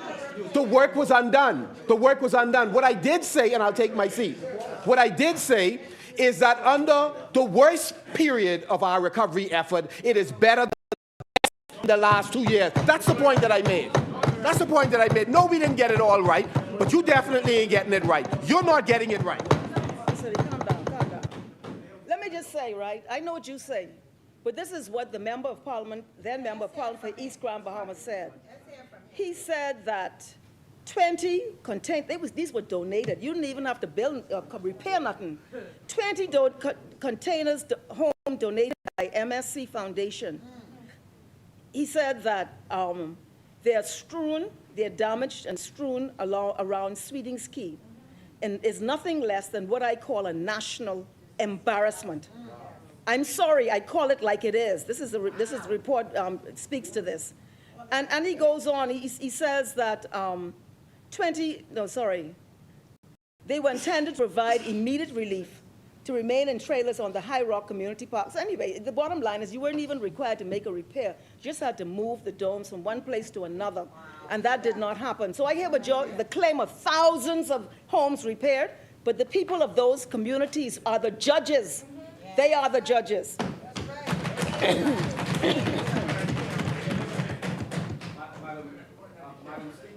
Again? Chair recognizes the honorable member for Marco City. Madam Speaker, Madam Speaker, what the member for Angliston, Madam Speaker, and her colleagues actually have access to the documents and all of the homes that were repaired. They could, in fact, refute the claim that we have repaired far more homes and we didn't get it all right than they have just by laying the record, because it is in their possession. Madam Speaker, they have come to this House on multiple occasions and have apologized for not being able to get around to repairing homes that they have promised to repair, Madam Speaker. And so all we are saying is our people need help. I raise this matter because, Madam Speaker, we are on the eve of another hurricane season. And so, Madam Speaker, we want the government to move post-haste to help a number of persons return to a life of normalcy. And just as an aside, Madam Speaker, the people did respond. Yes, we are in opposition. In one of those islands where we were battered by the hurricane, 3 of the 5 6 survived because they knew we were still fighting. We didn't get it all right, Madam Speaker, but we're still in their corner. That's why I'm here today and my colleagues asking them to make sure they repair these homes they have committed to repair. Thank you, honorable member. Madam Speaker. No. What is the point of order? No, Madam Speaker, they cannot be going one speaker. You had your time. It's my time now. You had your time. No, you had your time. You had your time. You had your time. No. Sit down. Are you yielding, honorable member? I'm not yielding. I'm not yielding. No, the member has indicated that she refuses to yield. You got to speak. You have a leader, you know. Your leader just spoke. You got to talk to. What's going on here? Oh, okay. I understand. I understand. No, we understand on the side, but then Honorable members, honorable members. Clarity, Madam Speaker. Madam Speaker, just a point of clarity. The honourable member, my good family member from Ackland's over there, the honourable member was incorrect in saying that we put VAT on bread basket items. There was an exemption in 2018 on bread basket items. The only government to put a tax on bread basket items was the PLP in 2015 and the PLP in 2021. Thank you, Madam Speaker. Thank you, honorable member. Administration put VAT on bread basket item and later exempted it for their political purposes, I'm sure. But they imposed VAT on bread basket items. Thank you, honorable member. Now, Madam Speaker, the member, I just want to say that the member then member of Eastern Bahamas said that your efforts were an national embarrassment, not just an embarrassment to him, but a national embarrassment. So I hear the arguments in here, but I just want to set the record straight. When you come in here and pontificate about all of these lofty places and ideals, you come from a place that is less than desirable. And I just want to put that on the record, Madam Speaker. The last 4 years, as I've said, they were disastrous. Absolutely no vision. I know you think that because you come from an era pre-1967, but we're talking about something else here now. No vision. No vision. No vision. And yeah, yeah, okay. He says that he was a UPP? No, Tony, no. No. I wouldn't even repeat that. He's talking about his daddy, but we don't bring his parents into this. We can let him stand on his own 2 feet for pre-67. So, Madam Speaker, this was during their period in office. This was a time of acute suffering in this country. People have not forgotten. They have not forgotten. So I want to urge, when you talk about the Procurement Act, you had 4 years in governance, gave out contracts here, there, in the millions, You didn't think you needed a Procurement Act. Procurement Act then comes when you are about to leave office, and then you come in this House and talk about a Procurement Act. This administration has explained. No, you don't have to get up now.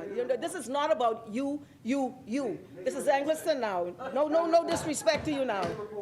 And we have explained that the legislation was so complex and burdensome, it was almost impossible to navigate that legislation. But they didn't put it in place as a priority for the administration, but now it's a priority in their articulation, because this is more of the same of how they say one thing and do the next, Madam Speaker. And Madam Speaker, the member talks about the corporate tax, right? And I'm confused. Corporate income tax. I'm confused. Because I read the statement of the member for Marco City, and I think I have it here. And he said, let me find it quickly. No, that's okay. In the statement, he indicates that apparently that there is some convention that nobody seems to know about, a green paper, and you just Google it. All you do is Google green paper. It's a paper that is prepared by a public servant, which is circulated for dialogue. So if you have contributions to make, say it. But not only did you not do that, you went further and indicated, from what I saw, I got to find, say it right, you indicated an objection to what was being proposed. I'll find it. An objection, but now we're in here, and we heard the member for East Grand Bahama, who I know decided he's coming in here to do some damage control, because he knew that this process was commenced by the Free National Movement before they lost office, and so he wanted to put in a context that would not leave the party completely exposed by the comments of the now leader. And so another example where you can say anything almost, you know? The chair recognizes the honorable member for Marco City. Madam Speaker, all of us are aware of the process that we started.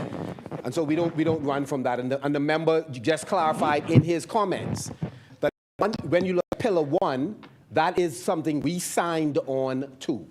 That's clear. So there's no controversy there, nothing complex about that. We initiated but did not complete the process around Pillar 2. This government continued. So the member could distract all she wants from the point that I made, but I want to read into the record, Madam Speaker, comments that I've made that refutes what has been said. Madam Speaker, we are willing. This is from the article that I referenced earlier. I didn't read the content, but I'll read it and I've signed it to be laid. We are willing to work with the government to come up with a comprehensive tax policy plan that would enable us to take the burden that VAT, which is a regressive tax, has placed on the Bahamian people, first by the PLP government, and then secondly by the FNM when it was increased to 12%, he said. The other thing we say to the government is that we believe that it is an error. It was an error to make the decision to impose VAT on breadbasket items. Madam Speaker, the article then, Madam Speaker, goes on to, again, reiterate the point that I made, and I'll lay the article so everybody can see. So, Madam Speaker, I've been on record on more than one occasion. We do not have a problem with a consultation process. Now, with respect, Madam Speaker, to the Green Paper, the Prime Minister today, Madam Speaker, came and gave a communication on what? The Green Paper, Madam Speaker. So the point I was making is something so important, the Prime Minister should have come with a communication to lay the Green Paper. Today, he did what I advocated in my statement he should have done, Madam Speaker. He did it today. The Prime Minister did it today. Communication that laid the paper. Oh, sorry. I refer to newspaper editorials, but there's one in the papers today that says Order the document, Pintard's response to this issue is unserious. That's what they say. And I agree with that. I agree with it because you're talking about something you said. You're talking about something you said a couple of years ago. When we talking about the statement you issued a few hours ago, about 48 hours ago, the member for East Grand Bahama, he cleaned it up for him, and we thank him for, rescuing some level of credibility in a totally incredible grouping there. I have it here, but I won't go into it because, Well, yes, and that you were saying one thing and doing the next. The member talks about the track record of the Progressive Liberal Party in less than 2 years. And I just, wanted to remind them that their administration was one, and I don't want to get stuck on this because we're here to do legislation, but seeing that the water's being so muddied and everyone, on that side has so many contributions to make on so many different things. I'll speak, for example, the member for Kalani spoke about the Prime Minister traveling and what the cost of London. I'm wondering if the member for Kalani remembers the Chogam visit to London. I believe he carried, the numbers I was hearing was almost 100 people to London. Say one thing and do the next. And then you're sitting right there in the cabinet and you in here, but not you, the member for Kalani. How many was it? 40, 50? It was a lot of people. Maybe hundreds, exaggeration. Yeah, I'll get them. But it was at least, it was between 40 and 50 people. 40 to 50 people went on that trip. So when you come in here talking about this, that, and the next thing, and you yourself you've traveled, you've carried delegations, but now you're coming in here and pointing the finger at the Prime Minister. You say he this, that, and the next thing. But it's okay when you carry your delegation and you travel. It's not an issue. So I just, you say one thing, you do the next. You have no credibility in this Commonwealth of the Bahamas. None.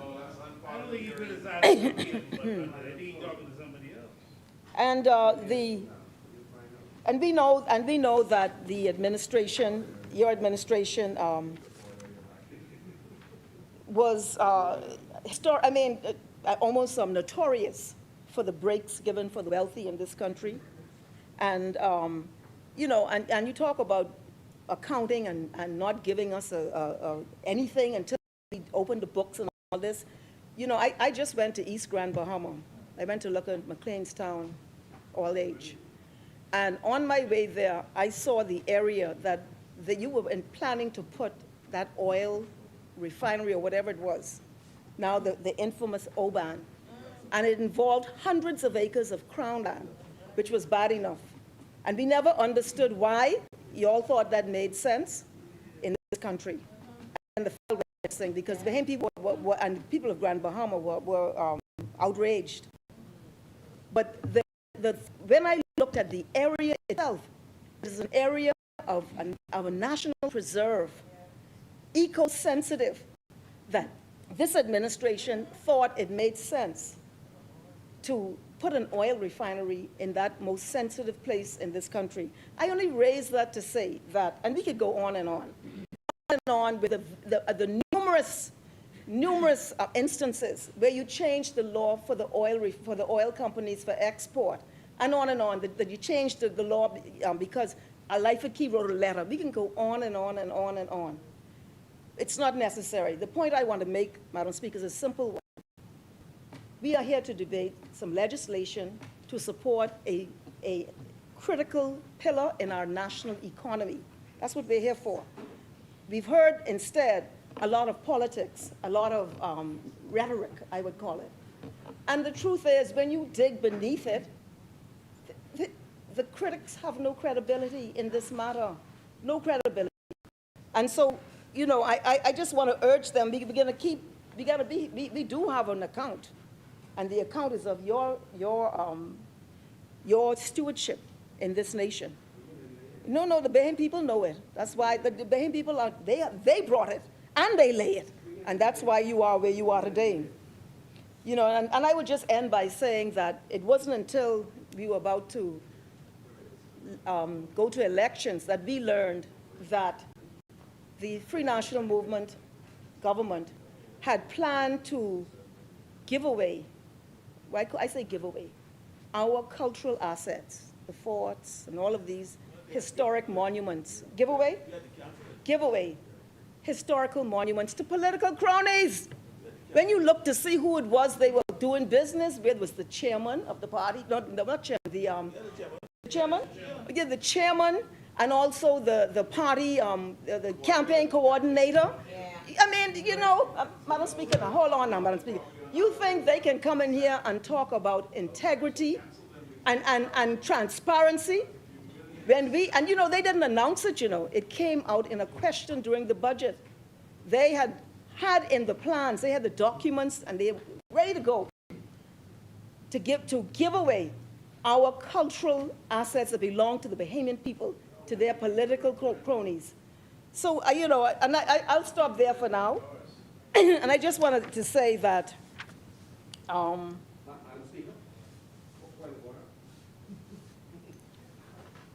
The chair recognizes your honorable member.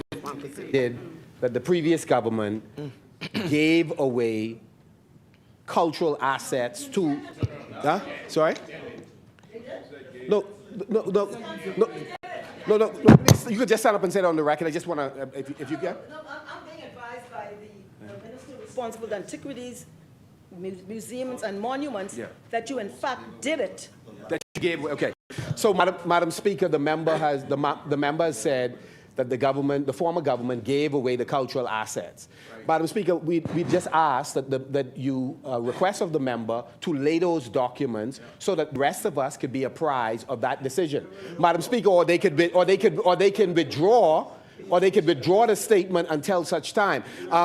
No. She did not say that it was approved in cabinet with us having knowledge of it. She said that it was given away. And so we're saying, show us the document. Lay the documents on the table. We'd love to see the documents. And so I would ask if she would undertake to, Madam Speaker, if she can withdraw until such time as until she puts it on the table. But ask her to withdraw, ask the member, for Angliston to lay the documents on the table of the House. No, but other than that, Madam Speaker, we have been in here often. Any one of us, Madam Speaker, any one of us can make a claim. Any one of us can make a claim, but then we are duty bound. We are duty bound, Madam Speaker, to lay the corroborating evidence. So I'm asking, Madam Speaker, that she withdraws it or just undertake to lay the document. Yes. Doing. No, okay? You said it wasn't me. It wasn't me. But you was right here in this parliament. You was right here. I understand. It's no. Okay, yeah. Furthermore, Madam Speaker.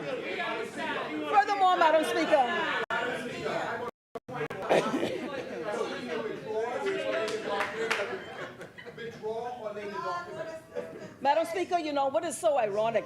The member for Marco City was sitting right here. Where? Right there. When I asked the member for Kalani, where you moved? Yeah, you're right. I understand it wasn't me, but let me say this to you. No.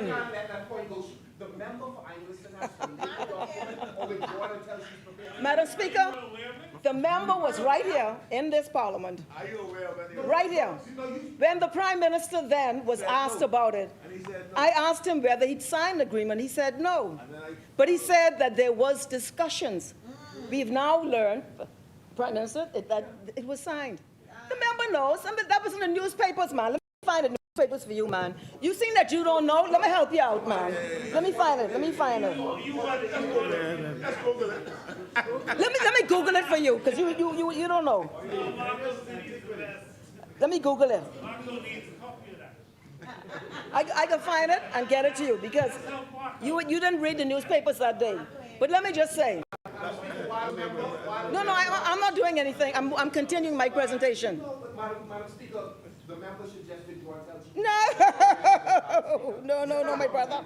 No. We would appreciate that very much. No. Prime Minister on the phone too, just like In the meantime, I wish to lay the report that indicated at least one of the numbers Yeah, okay. Thank you, Honourable Member. You're being Order the abusive now document be because your brought up. time finished. Let me just read a newspaper report. This is the Tribune, right? And the member who was a senior minister in the cabinet who doesn't seem to remember much about that disastrous period. But let me just say that this was in the Tribune, okay? Agreements finalized on heritage sites deal. I can lay this for you because I don't think you saw this newspaper article, even though you were in this parliament and sat around the cabinet table. This was September 9th, 2021, okay? Just before the elections. I did say it was just before the elections. And it does say that the Bahamian group is aiming to transform, et cetera, et cetera, et cetera, et cetera. And it talks about, let me just tell you what they were giving away. The Nassau 3 Forts, the Queen's Staircase, the 66 steps, the Water Tower, the Pompey Museum, Botanical Gardens, and the National Public Library.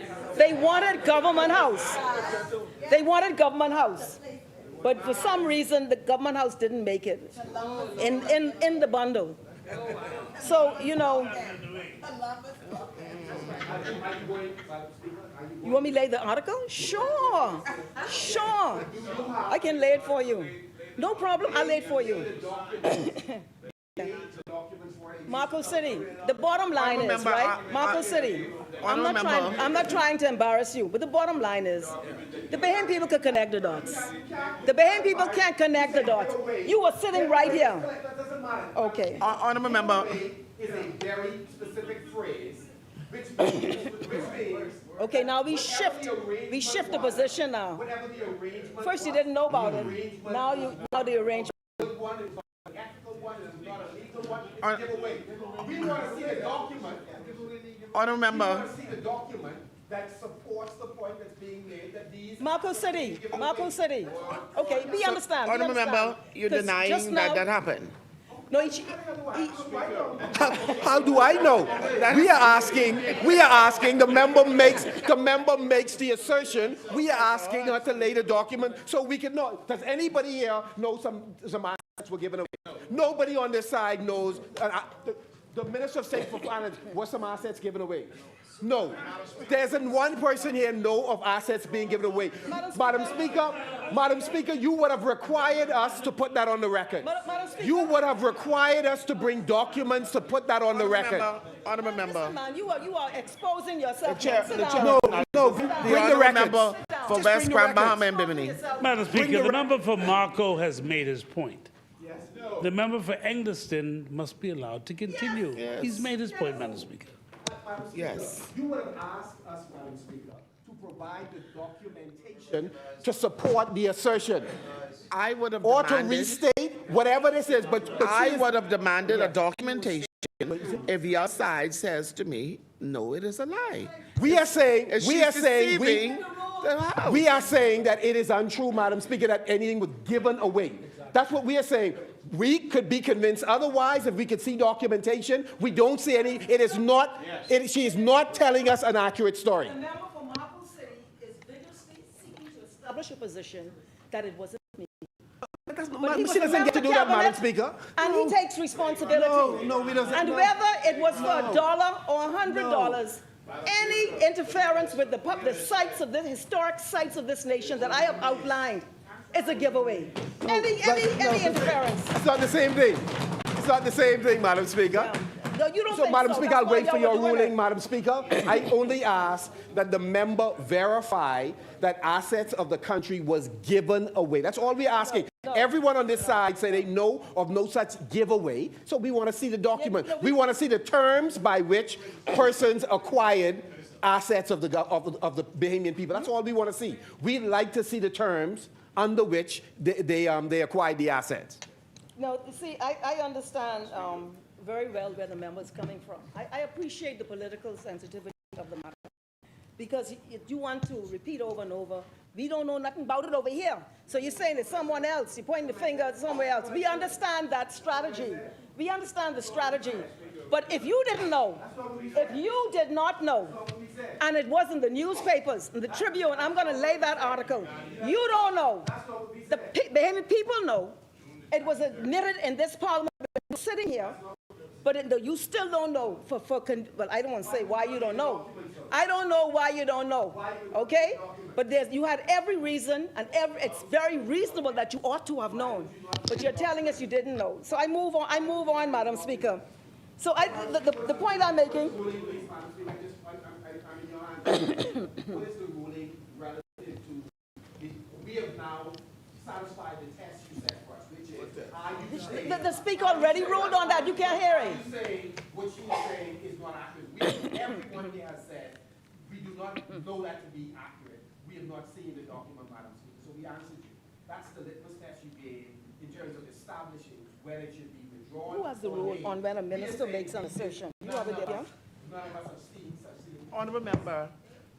Madam First Speaker. of all, the member for Engliston never spoke about a document. She spoke about a giveaway, which is Yes. okay. Ma- She ma- never indicated that there was a document involved. Madam She Speaker?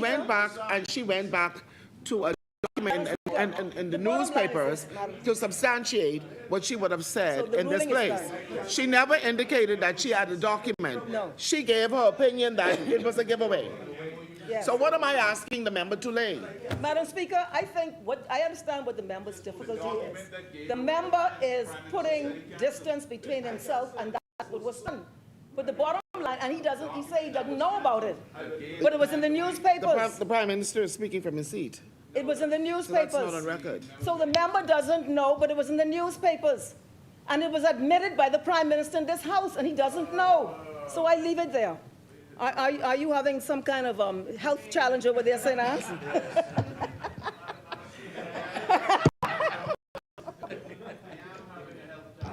The chair recognizes the honourable member for I've only got a set amount of nerves in my body, and the member for Engliston is delaying and getting on my last frickin' nerve, as my wife says. Honourable member. Yes, Madam Speaker. Oh my God. That is a health. That is my health issue.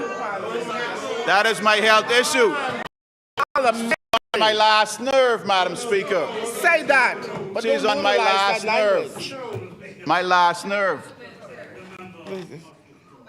Honourable member. Disgusting individual. I Man, the member must withdraw. Withdraw what, Madam Speaker? The word that I was asked a question. unparliamentary. Then parliamentary language Which was that the you word used. that I said? Sir, it was unparliamentary, and you I know what you withdraw the said. word, Madam Speaker. But I would really like to see this document laid, or the member for Engliston to withdraw her comments, Madam Honourable Speaker. members, why are we going back to this document? Because it was said to exist The on the member for record. Engliston never said she had a document. Madam Speaker, the members of the opposition, may you have your seat, please, only one member at a time. And this is my- You never sat when I was standing. I'll sit if the Madam Speaker asks me to sit. Thank you, Madam. Madam Speaker, when you see this level of disrespect, it speaks volumes. It goes very deep to the root of an individual. I leave it like that, to the root. But I want to admonish the member St. Anne's to be very careful in how you conduct yourself in this parliament, particularly as a new member. Be careful. And the language you use and the personalization of your attacks. We can do that. I could do very well. But I seek not to do that. I've been in here 5 terms. I don't do that. I do not engage in personalizations. So I just want to add, so I end by saying, Madam Speaker, the point I'm making is that we're here to debate a very serious amendments to the law, which are critical to a key pillar in our economy. And we've not heard much, except for, I would say, East Grand Bahama on that side, about this legislation. I want to thank him for his contribution to this. But as it relates to the other stuff, I only wanted to highlight, Madam Speaker, we hear a lot of this in here. The Bahamian people, they see through it. When you've done one thing in government and you come in opposition saying something else, it's a credibility strain for all of us, including the people of this country.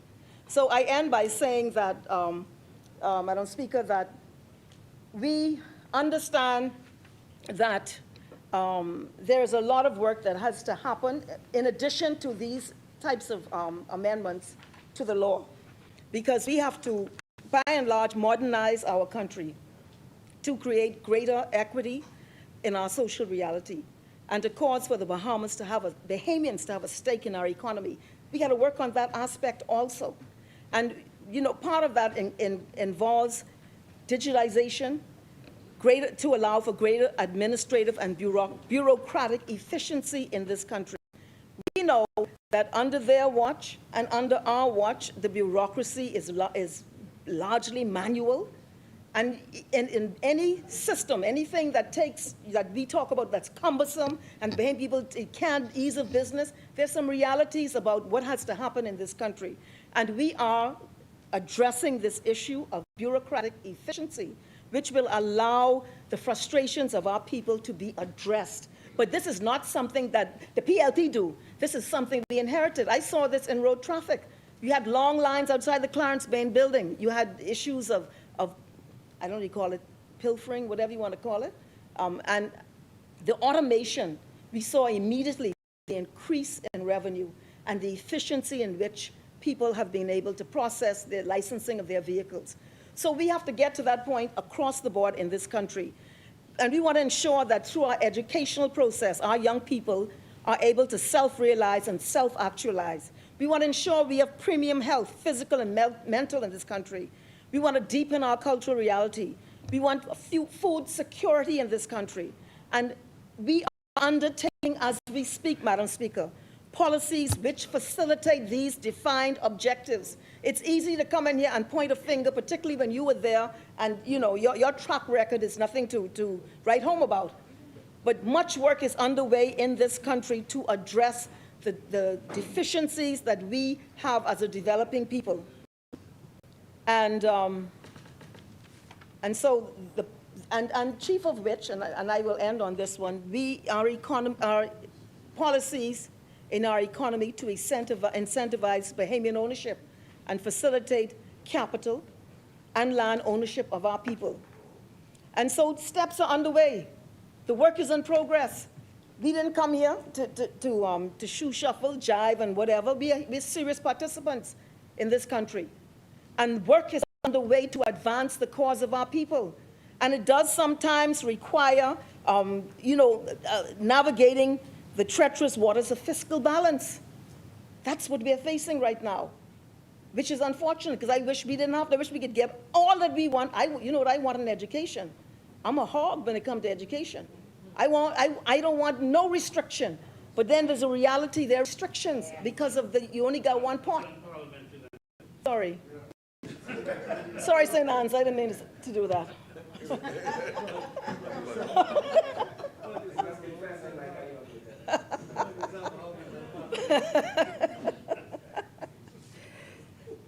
So the Bahamian people, I know that there's a lot of flux going on, and there's a lot of rhetoric and noise.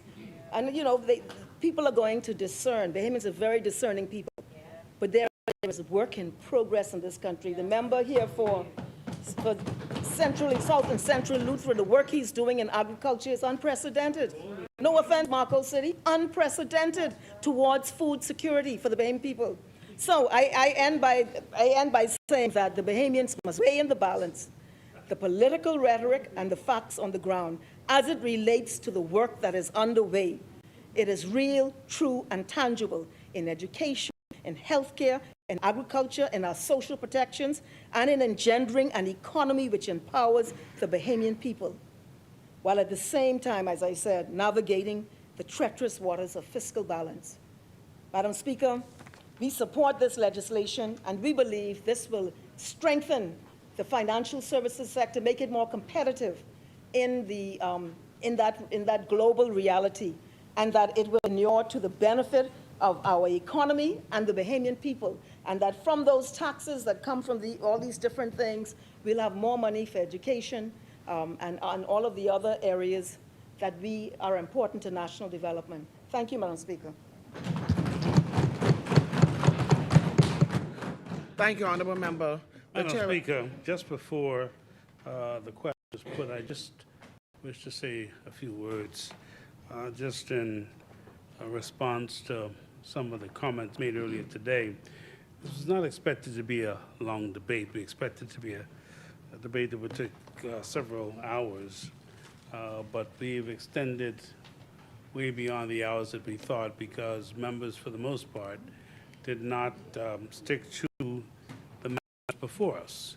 The International Business Companies Amendments Bill and the Exempted Limited Partnership Amendment Bill, which has been brought here by the ministry responsible in an effort to, again, ensure that we are continuing to improve upon our financial service sector.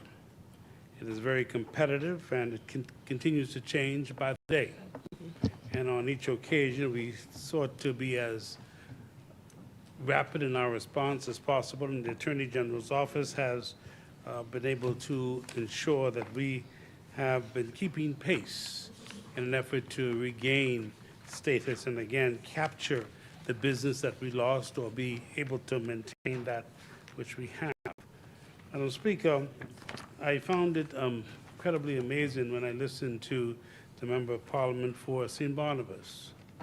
St. Barnabas spent his 99% of his time, again, reviewing the matter he brought to the Parliament last week, reference to the Royal Bahamas Police Force and new recruits not receiving insurance for families.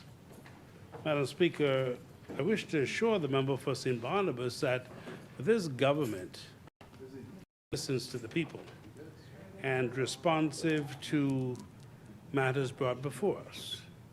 But I find it amazing when St. Barnabas could sit and then stand and then pretend to care so much, but did not care but did not say a word when members of the police force, including one who was shot in the line of duty, was sent home arbitrarily, just sent home.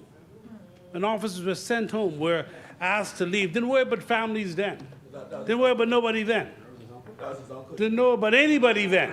Didn't say a word because they were government. Didn't say a single word. Heard nothing about it. But when we believe we have an issue, that we believe we can score some points, even though it hasn't happened yet, we spend considerable amount of time, Honorable member, honorable member, honorable member, honorable member, Please allow.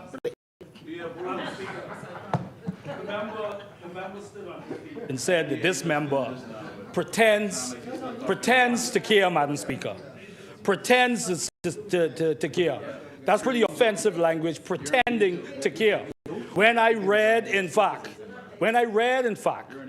the voices through the statement, the voices of the members of the security branches relative to the government's position on taking back the insurance benefits. All right? And so at the end, Madam Speaker, so the security branches are fully aware of who really cares about them, Madam Speaker. And I also said, Madam Speaker. Honourable member. St. Barnabas, you read letters. That doesn't make you serious. You read letters. You read the letters.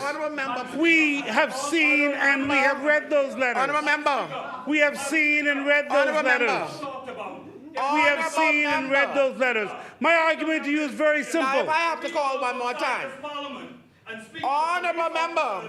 And the other security branch members that I speak to, he will know if he's serious, and if they're serious about something, ask the police officers out there. Ask the police officers out there. Ask the members of the Royal Bahamas Defense Force. This ain't just about no letter. I go on the streets just like everybody in here. And if the government thinks Madam this Speaker. position of Madam Speaker. Madam Speaker. then they don't understand. Madam Speaker, if the member for St. Barnabas, having difficulty comprehending, I'm making this point, Mr. Member. And the point is this. Whilst we care, and we care about all uniform officers of the Royal Bahamas, whether they're the police, defense force, at the Department of Correctional Institution, whether they're at customs, no matter where they are, immigration doesn't matter, we do care. And we do talk. My brother's a former police officer, and I talk to police officers all the time. Many lived with me when they were training. So we talk about it all the time. But I am talking about something else. I didn't hear a word when they sent officers home from you. I ain't never heard a word when a police officer who was shot in the line of duty. You didn't say a word when he was sent home, arbitrarily. Where were you then? You were in the parliament then. Why didn't you say something then? Both my grandfather, who Man, you said nothing then. my grandfather and my uncle said, Madam other Speaker. members of my family. So for this member, Madam Speaker, Madam Speaker, we could play games in here all we want, Madam Speaker, right? Madam Speaker. Honourable member, I have identified nobody. Allow me Madam Speaker. to hear one side, and this shouting match doesn't take us anywhere. Madam Speaker, I would have appreciated the honourable member, the senior member. Honourable member, give me an opportunity. Allow me to hear from West Bahamas. He was finished. I will allow you when he's done to defend your point. Madam Speaker, the member has spoken and was not interrupted at all when he spoke today. Not at all. We said nothing. We sat in our chair. We gave him silence while he spoke. I'm simply making a point, Madam Speaker, and I want everyone to understand the point. We care about everyone. And the recruits, Madam Speaker. And we care about the recruits, Madam Speaker. And that is why this administration is seeking to make it even better for them to join, men and women to join the forces. That is what we intend to do, Madam Speaker, and we will. But I'm raising another point. I don't know how come we have this difficulty when we are sitting on the opposite side. All of a sudden, our heart begins to bleed. We don't hear anything otherwise. And I'm only raising the point, Madam Speaker, when members of the Royal Bahamas Police Force, distinguished men who are serving this country, one shot in the line of duty, was sent home arbitrarily. I heard nothing from that member. He didn't cry then, didn't say a word then. That's the only point I'm making, Madam Speaker. Did he make it? Did he say something? Did he cry then? Did he hear anything? What he said seeking to do is trying to play and score cheap political points. That's my difficulty, Madam Speaker. If you raise an issue, if you bring the letters of the police, the associations, you're correct. I expect the argument. We expect the argument. We've heard the argument. But we've not ignored the argument, Madam Speaker. Not this argument, not the member for Cat Island. Never. We hear the argument, Madam Speaker. But until such time, the member is here forecasting what he hopes would happen. Because he's hoping it's political mileage for him. Madam Speaker, this is the only point I'm raising. I want to turn to Grand Bahama. Madam Speaker, the member spoke. No one said anything to this member, you know. I give you an opportunity. I am still listening to West Grand Bahama and Bimini. West Grand Bahama, could you please continue? Madam Speaker. I will give you an opportunity. I will give you an opportunity. Please take your seat, and I will give you an opportunity. Right now, this chair is listening to West Grand Bahama and Bimini. I will give you an opportunity to the members. Madam Speaker. Please. Madam Speaker. Madam Speaker. He sat And down. I wish told to him to get turn up. to Grand Bahama, and in particular, turn to the Bahama Rock. When Bahama Rock was licensed to operate in the Bahamas, it was the Progressive Liberal Party that raised concerns. When Bahama Rock, as was mentioned today, the mining that was taking place in 8 Mile Rock, it was the Progressive Liberal Party that caused for, in 2004, for the mining to stop. It was the then Minister of Health, Dr. Marcus Bethel, on a complaint and meeting with the community, caused it to stop, Madam Speaker. What I find incredibly amazing about the possibility of it continuing is the PLP that stepped in and stopped it. But what the record must reflect, it was the Free National Movement that gave the license. One, it was a member of the opposition, well, of the Free National Movement at the time, who allowed for the monitor to be in his house of the blasting. He was there monitoring it for them, working with them, Madam Speaker. So when I listen to the concern today, I understand that, and I'm with the member. But I want to put it in context, that when they came here, this was an issue because the people of West Grand Bahama, 8 Mile Rock in particular, complained then. They had a difficulty then. If you remember Caleb Alton, remember the protest? Remember the teacher who was protesting as well? Remember the noise that they made? And they were talking about what would happen. I remember an elderly gentleman in 8 Mile Rock saying that they're digging away and taking away our land. Madam Speaker, that's what happened. So when I hear this talk about the possibility now of more mining, I have not heard that. I'm surprised to hear that. But I want the record to reflect it was the Progressive Liberal Party, Dr. Marcus Bethel, who stepped in, stopped it, because it was causing tremendous difficulty. Once you have the blasting at the plant, 8 Mile Rock, the Bartlett Hill section, homes were being damaged, cracks in the walls. And we conducted a major investigation led by Dr. Marcus Bethel. So the PLP has always stood in and fought for, because we had a difficulty, as you share your point today, we had a difficulty with it then. Now, insofar as Grand Bahama is concerned and whether Grand Bahama is going to be returned, I think it's important for us to remember now that Grand Bahama's difficulty goes back to 2004. Hurricane Francis did not leave us in a state, Madam Speaker. And we've had issues that included the quarrel in the Grand Bahama Port Authority as well, between the families. And Madam Speaker, we have been and continue to look for that direction forward. Now, my colleague, member for Pine Ridge, has been working her way from East End to West End, doing what she must, causing for things to happen, bringing opportunities for people, creating job opportunities for many. And yes, there's still homes to be repaired, and yes, there's still homes to be built. Madam Speaker, we have never moved away from accepting that.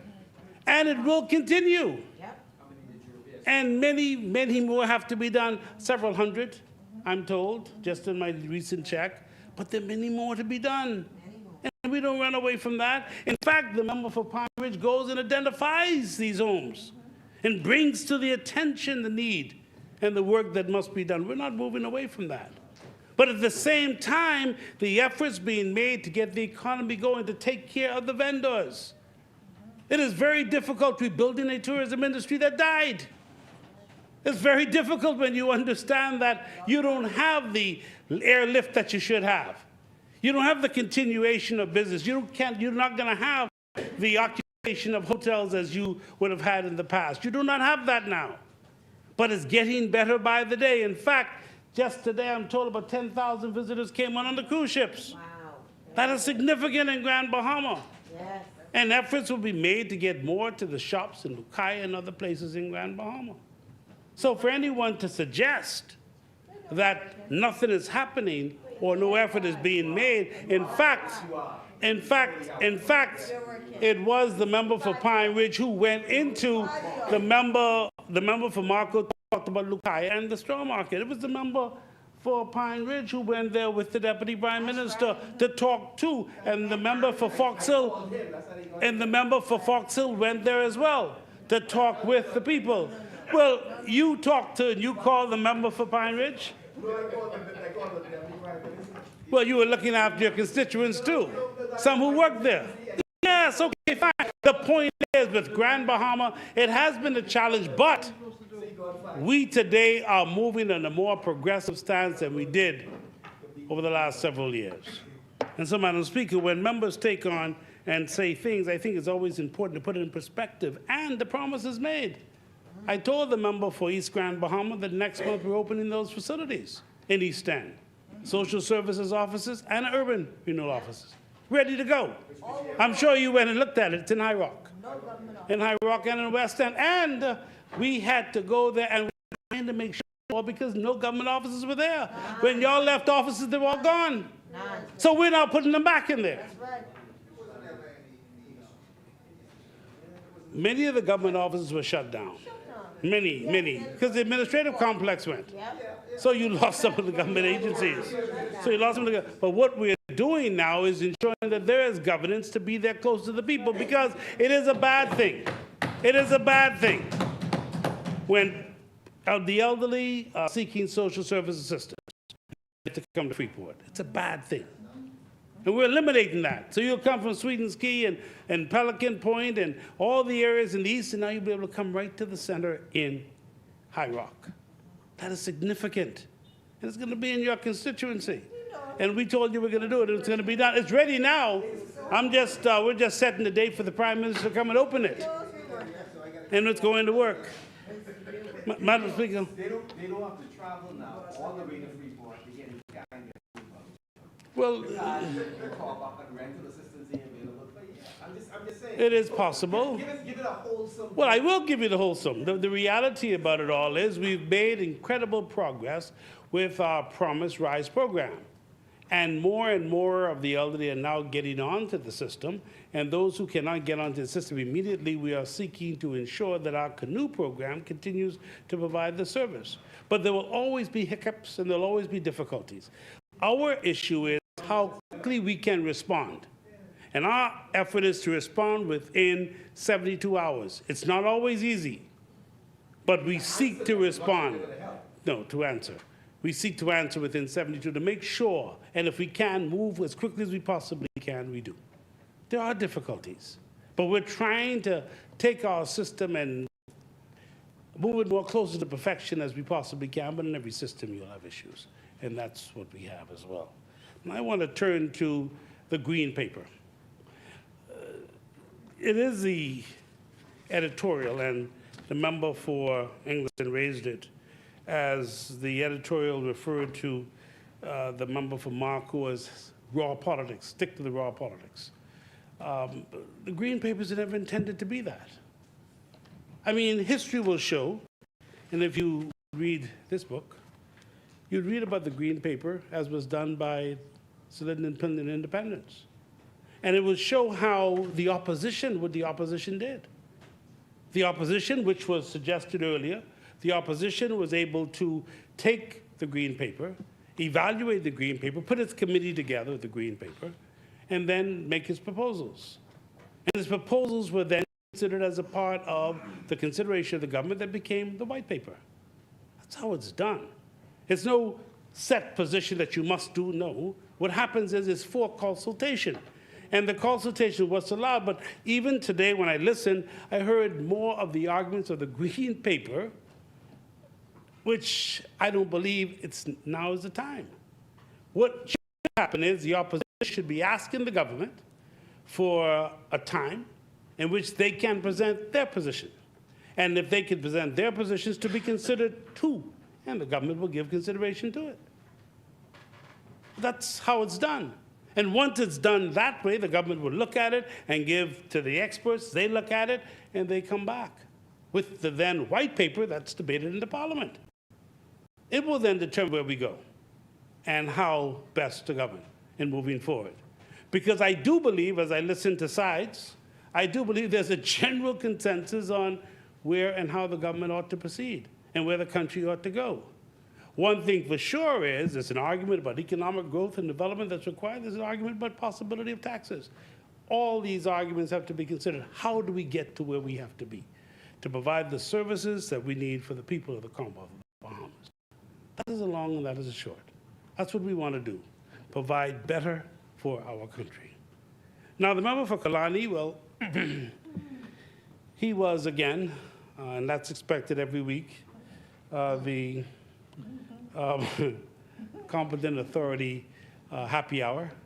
He comes and has a wonderful time and goes through, says the same things over and repeatedly, and spends a considerable amount of time talking about the office of the Prime Minister. He truly missed that office.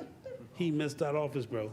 I'm telling you, he missed that office because every day, that's all he talks about, the office of the Prime Minister and what the Prime Minister does. I get the impression he must be sitting when he goes out to Goodman's Bay to work out every morning. He must be have binoculars. He's looking at the Prime Minister's office from Goodman's Bay whilst he is out working out in the morning time, because I can tell you, he spends more time discussing things or saying things that you know full well and tested, because he can't possibly talk about abandoning people.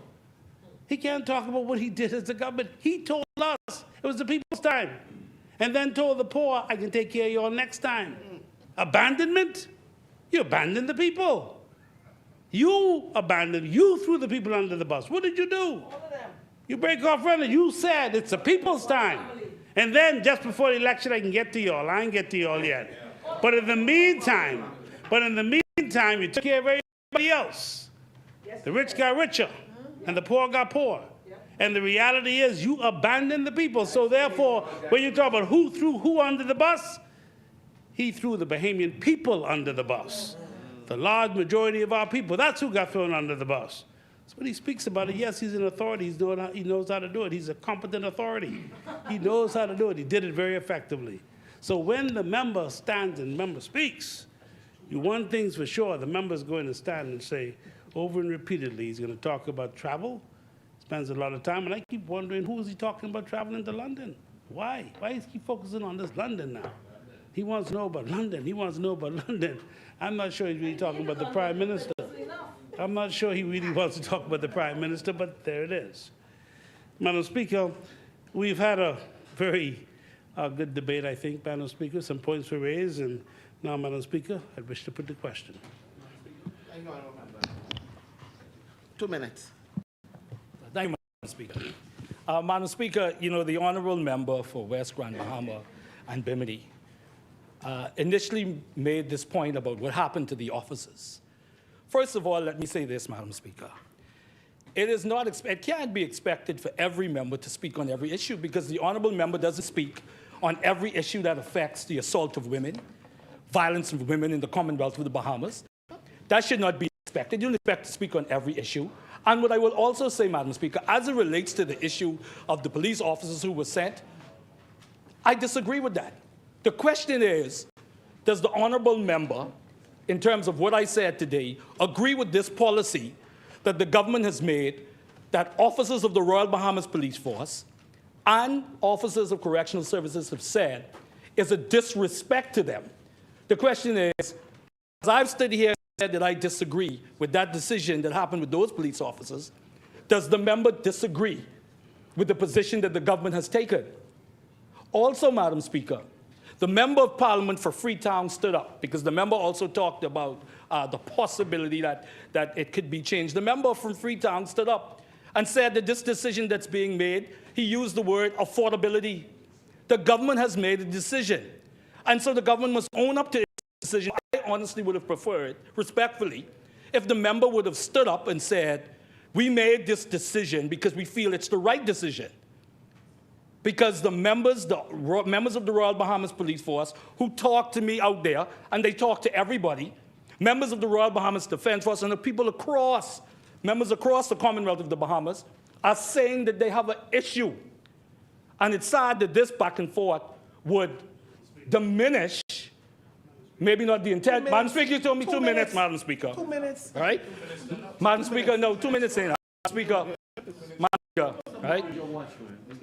It's unfortunate that this back and forth with myself and the member, though not intended, would diminish the core issue that I brought, last week to this House, and I bring today. And that is that the men and women of this country who are sworn to protect us and that do, and persons can attach political, whatever they want to this, it's the truth. They have an issue. They feel that this is disrespectful, the position that the government has taken. And that is real. And we ask the government to reevaluate that, Madam Speaker. Thank you, Honourable Member. Madam Speaker.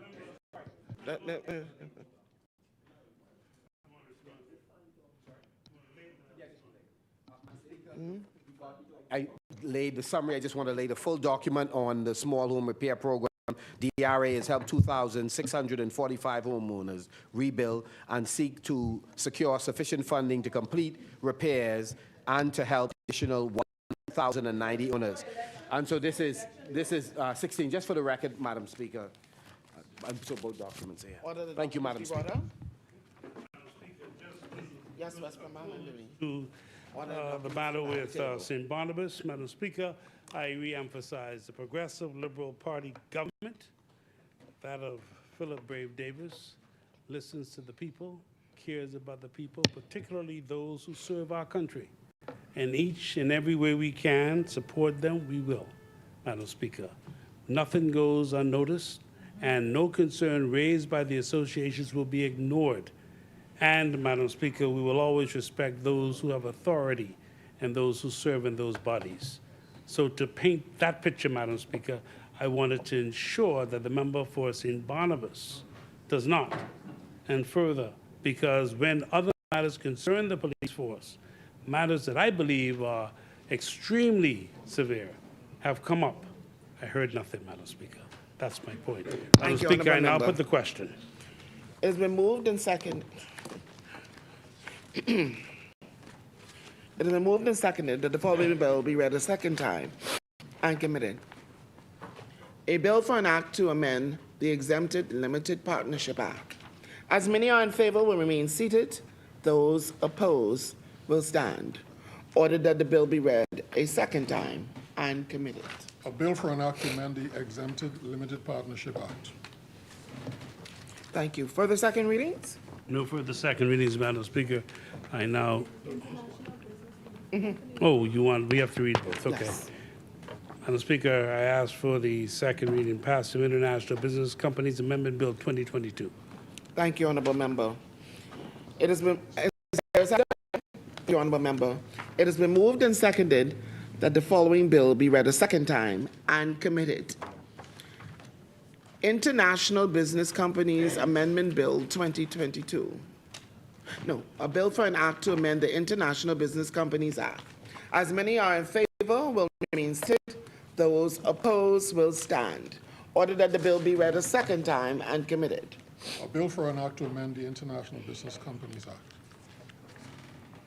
Thank you. Further second readings? No further second readings, Madam Speaker, but I now move that the House resolve itself into committee of the whole with the Deputy Speaker and the Chair. Thank you, Honorable Member. Is there a seconder?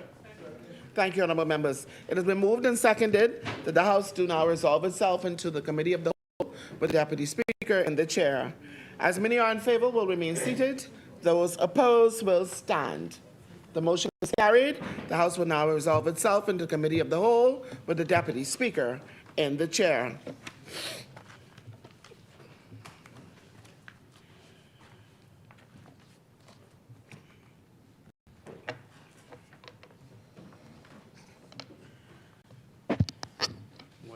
Wait. Don't forget the amendments will come afterwards. No.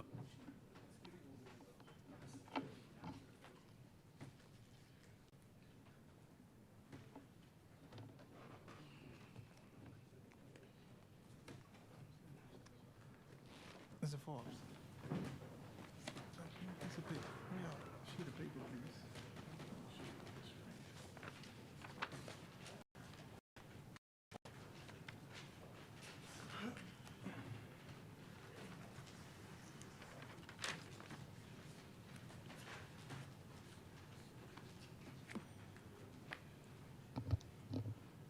Committee of the Whole. Mr. Deputy, Mr. Chair, I wish to move for the long title of the Exempted Limited Partnership Amendment Bill 2022 be agreed. Is there a seconder? It has been moved and seconded that the long title of the bill be agreed. As many as are in favor will remain seated. Those opposed will stand.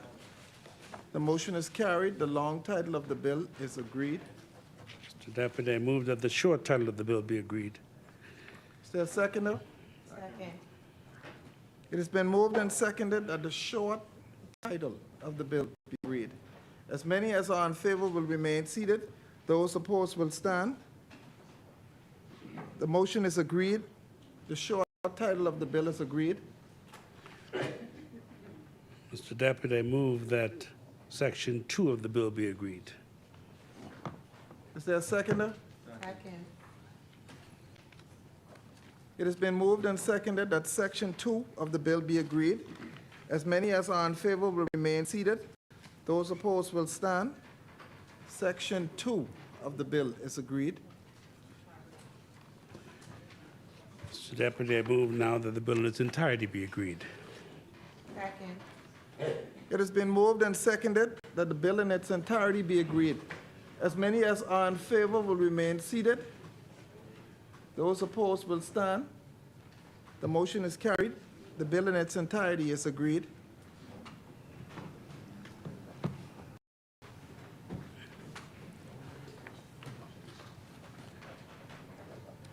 Mr. Chair, I now move for the long title of the International Business Companies Amendment Bill 2022 be agreed. Elizabeth? Second. It's been moved and seconded that the long title of the bill be agreed. As many as are in favor will remain seated. Those opposed will stand.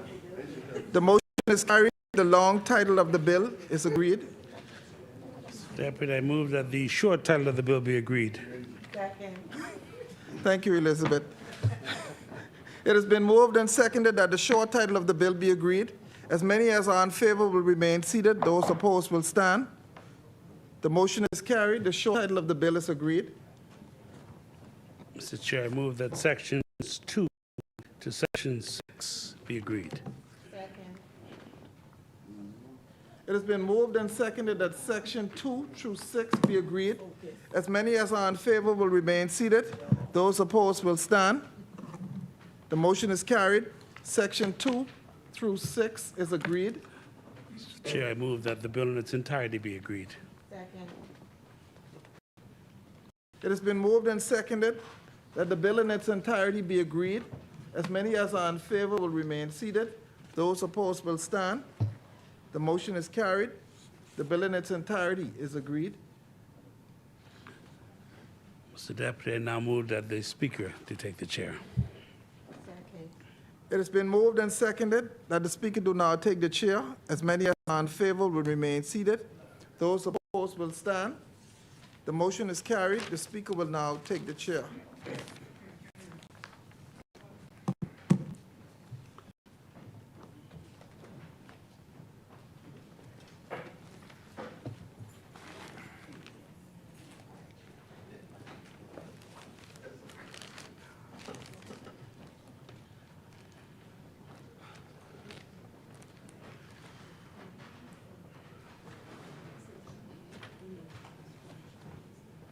Madam Speaker, I beg you to report. The committee has examined several bills making amendments thereto.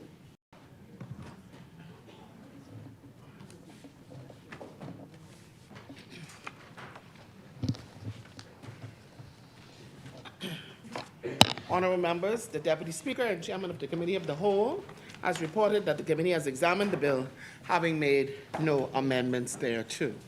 Third reading and passing of bills. Madam Speaker, I now move for the third reading and passing of the Exempted Limited Partnership Amendment Bill 2022. Thank you, Honorable Member. It has been moved and seconded that the following bill be read a third time and passed. A bill for an act to amend the Exempted Limited Partnership Act. As many are in favor, will remain seated. Those opposed will stand. Order that the bill be read a third time and passed. A bill for an act to amend the Exempted Limited Partnership Act.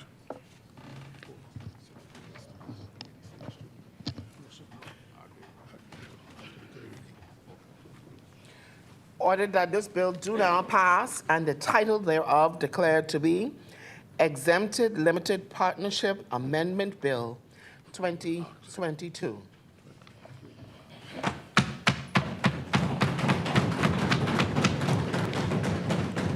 Further third reading and passing of bills? Madam Speaker, I now move for the third reading and passing of the International Business Companies Amendment Bill 2022.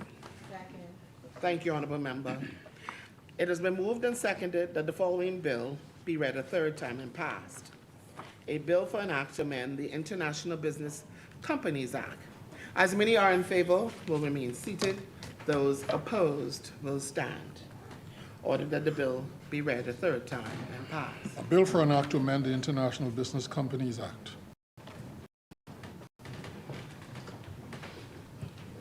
Ordered that this bill do now pass and the title thereof declared to be International Business Companies Amendment Bill. Amendment Act. Amendment Act. Amendment Act 2023. Further third reading? No further third readings, Madam Speaker. Thank you. This is when we go to.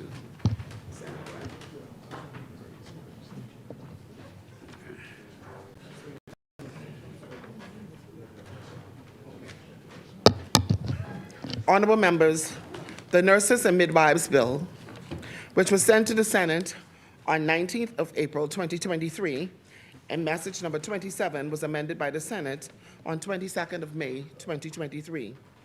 We need to consider those amendments and decide whether or not to adopt or reject them. The amendments are as follows. In Clause 2 of the bill, delete the definition for supervisor of advanced practice nurse and substitute supervisor of midwives. In Clause 11C of the bill, delete the word postgraduate and substitute the word graduate. Honorable Member for West Grantham and Bimini, can we have a motion? Madam Speaker, I have spoken with the opposition on this matter earlier today. I now move that the House adopt the amendments made to the Nurses and Midwives Bill by the Honorable the Senate. Is there a seconder? Thank you, Honorable Member.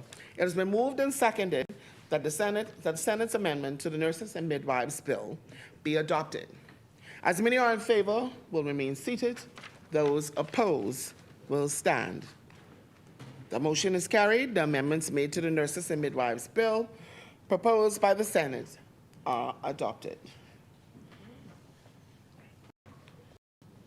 I now table the messages from the Senate, messages 22, 23, 24, 25, and 26, and do now lay them on the table.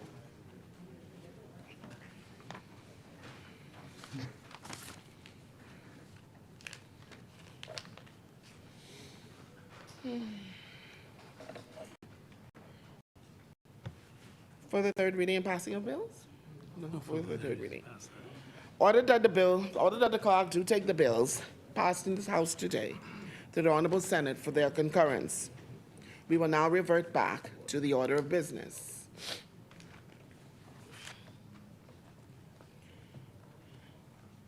Consideration of Senate amendments, resolutions, member statements. The chair recognizes the honorable member for St. Anne's. Thank you very much, Madam Speaker. Last Friday, one of our great constituents from Kelly Lane, Ida Ferguson, she celebrated her 70th birthday. She had a nice gathering at her home, and on Sunday, her and her family celebrated at her home church. I wish to extend a happy birthday, belated as it may be today, to Miss Ida Ferguson from Kelly Lane in the St. Anne's constituency. Thank you, honorable member. Appointment of select committees. Instructions to select committees. Discharge of select committees. Notices for future meetings. Madam Speaker, I wish to renew all notices in the name of the government. Thank you, honorable member. St. Anne's?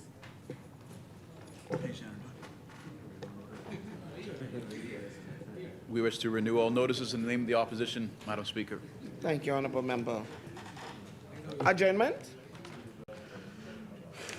Madam Speaker, I now move for the adjournment to Wednesday, May 31st, 2023 at 10 a.m., during which time the Honorable Minister of Finance will present the budget communication. Thank you, honorable member. Is there a seconder? Thank you, honorable member. It has been moved and seconded. The House do now adjourn at its rising on 31st of May, 2023 at 10 a.m. As many are in favor, will remain seated. Those opposed will stand. The motion is carried. Final adjournment? Madam Speaker, I now move that the House stands adjourned to Wednesday, May 31st, 2023 at 10 a.m. Thank you, honorable member. Is there a seconder? Thank you, honorable member. It has been moved and seconded that the House stands adjourned to Wednesday, May 31st, 2023 at 10 a.m. All rise!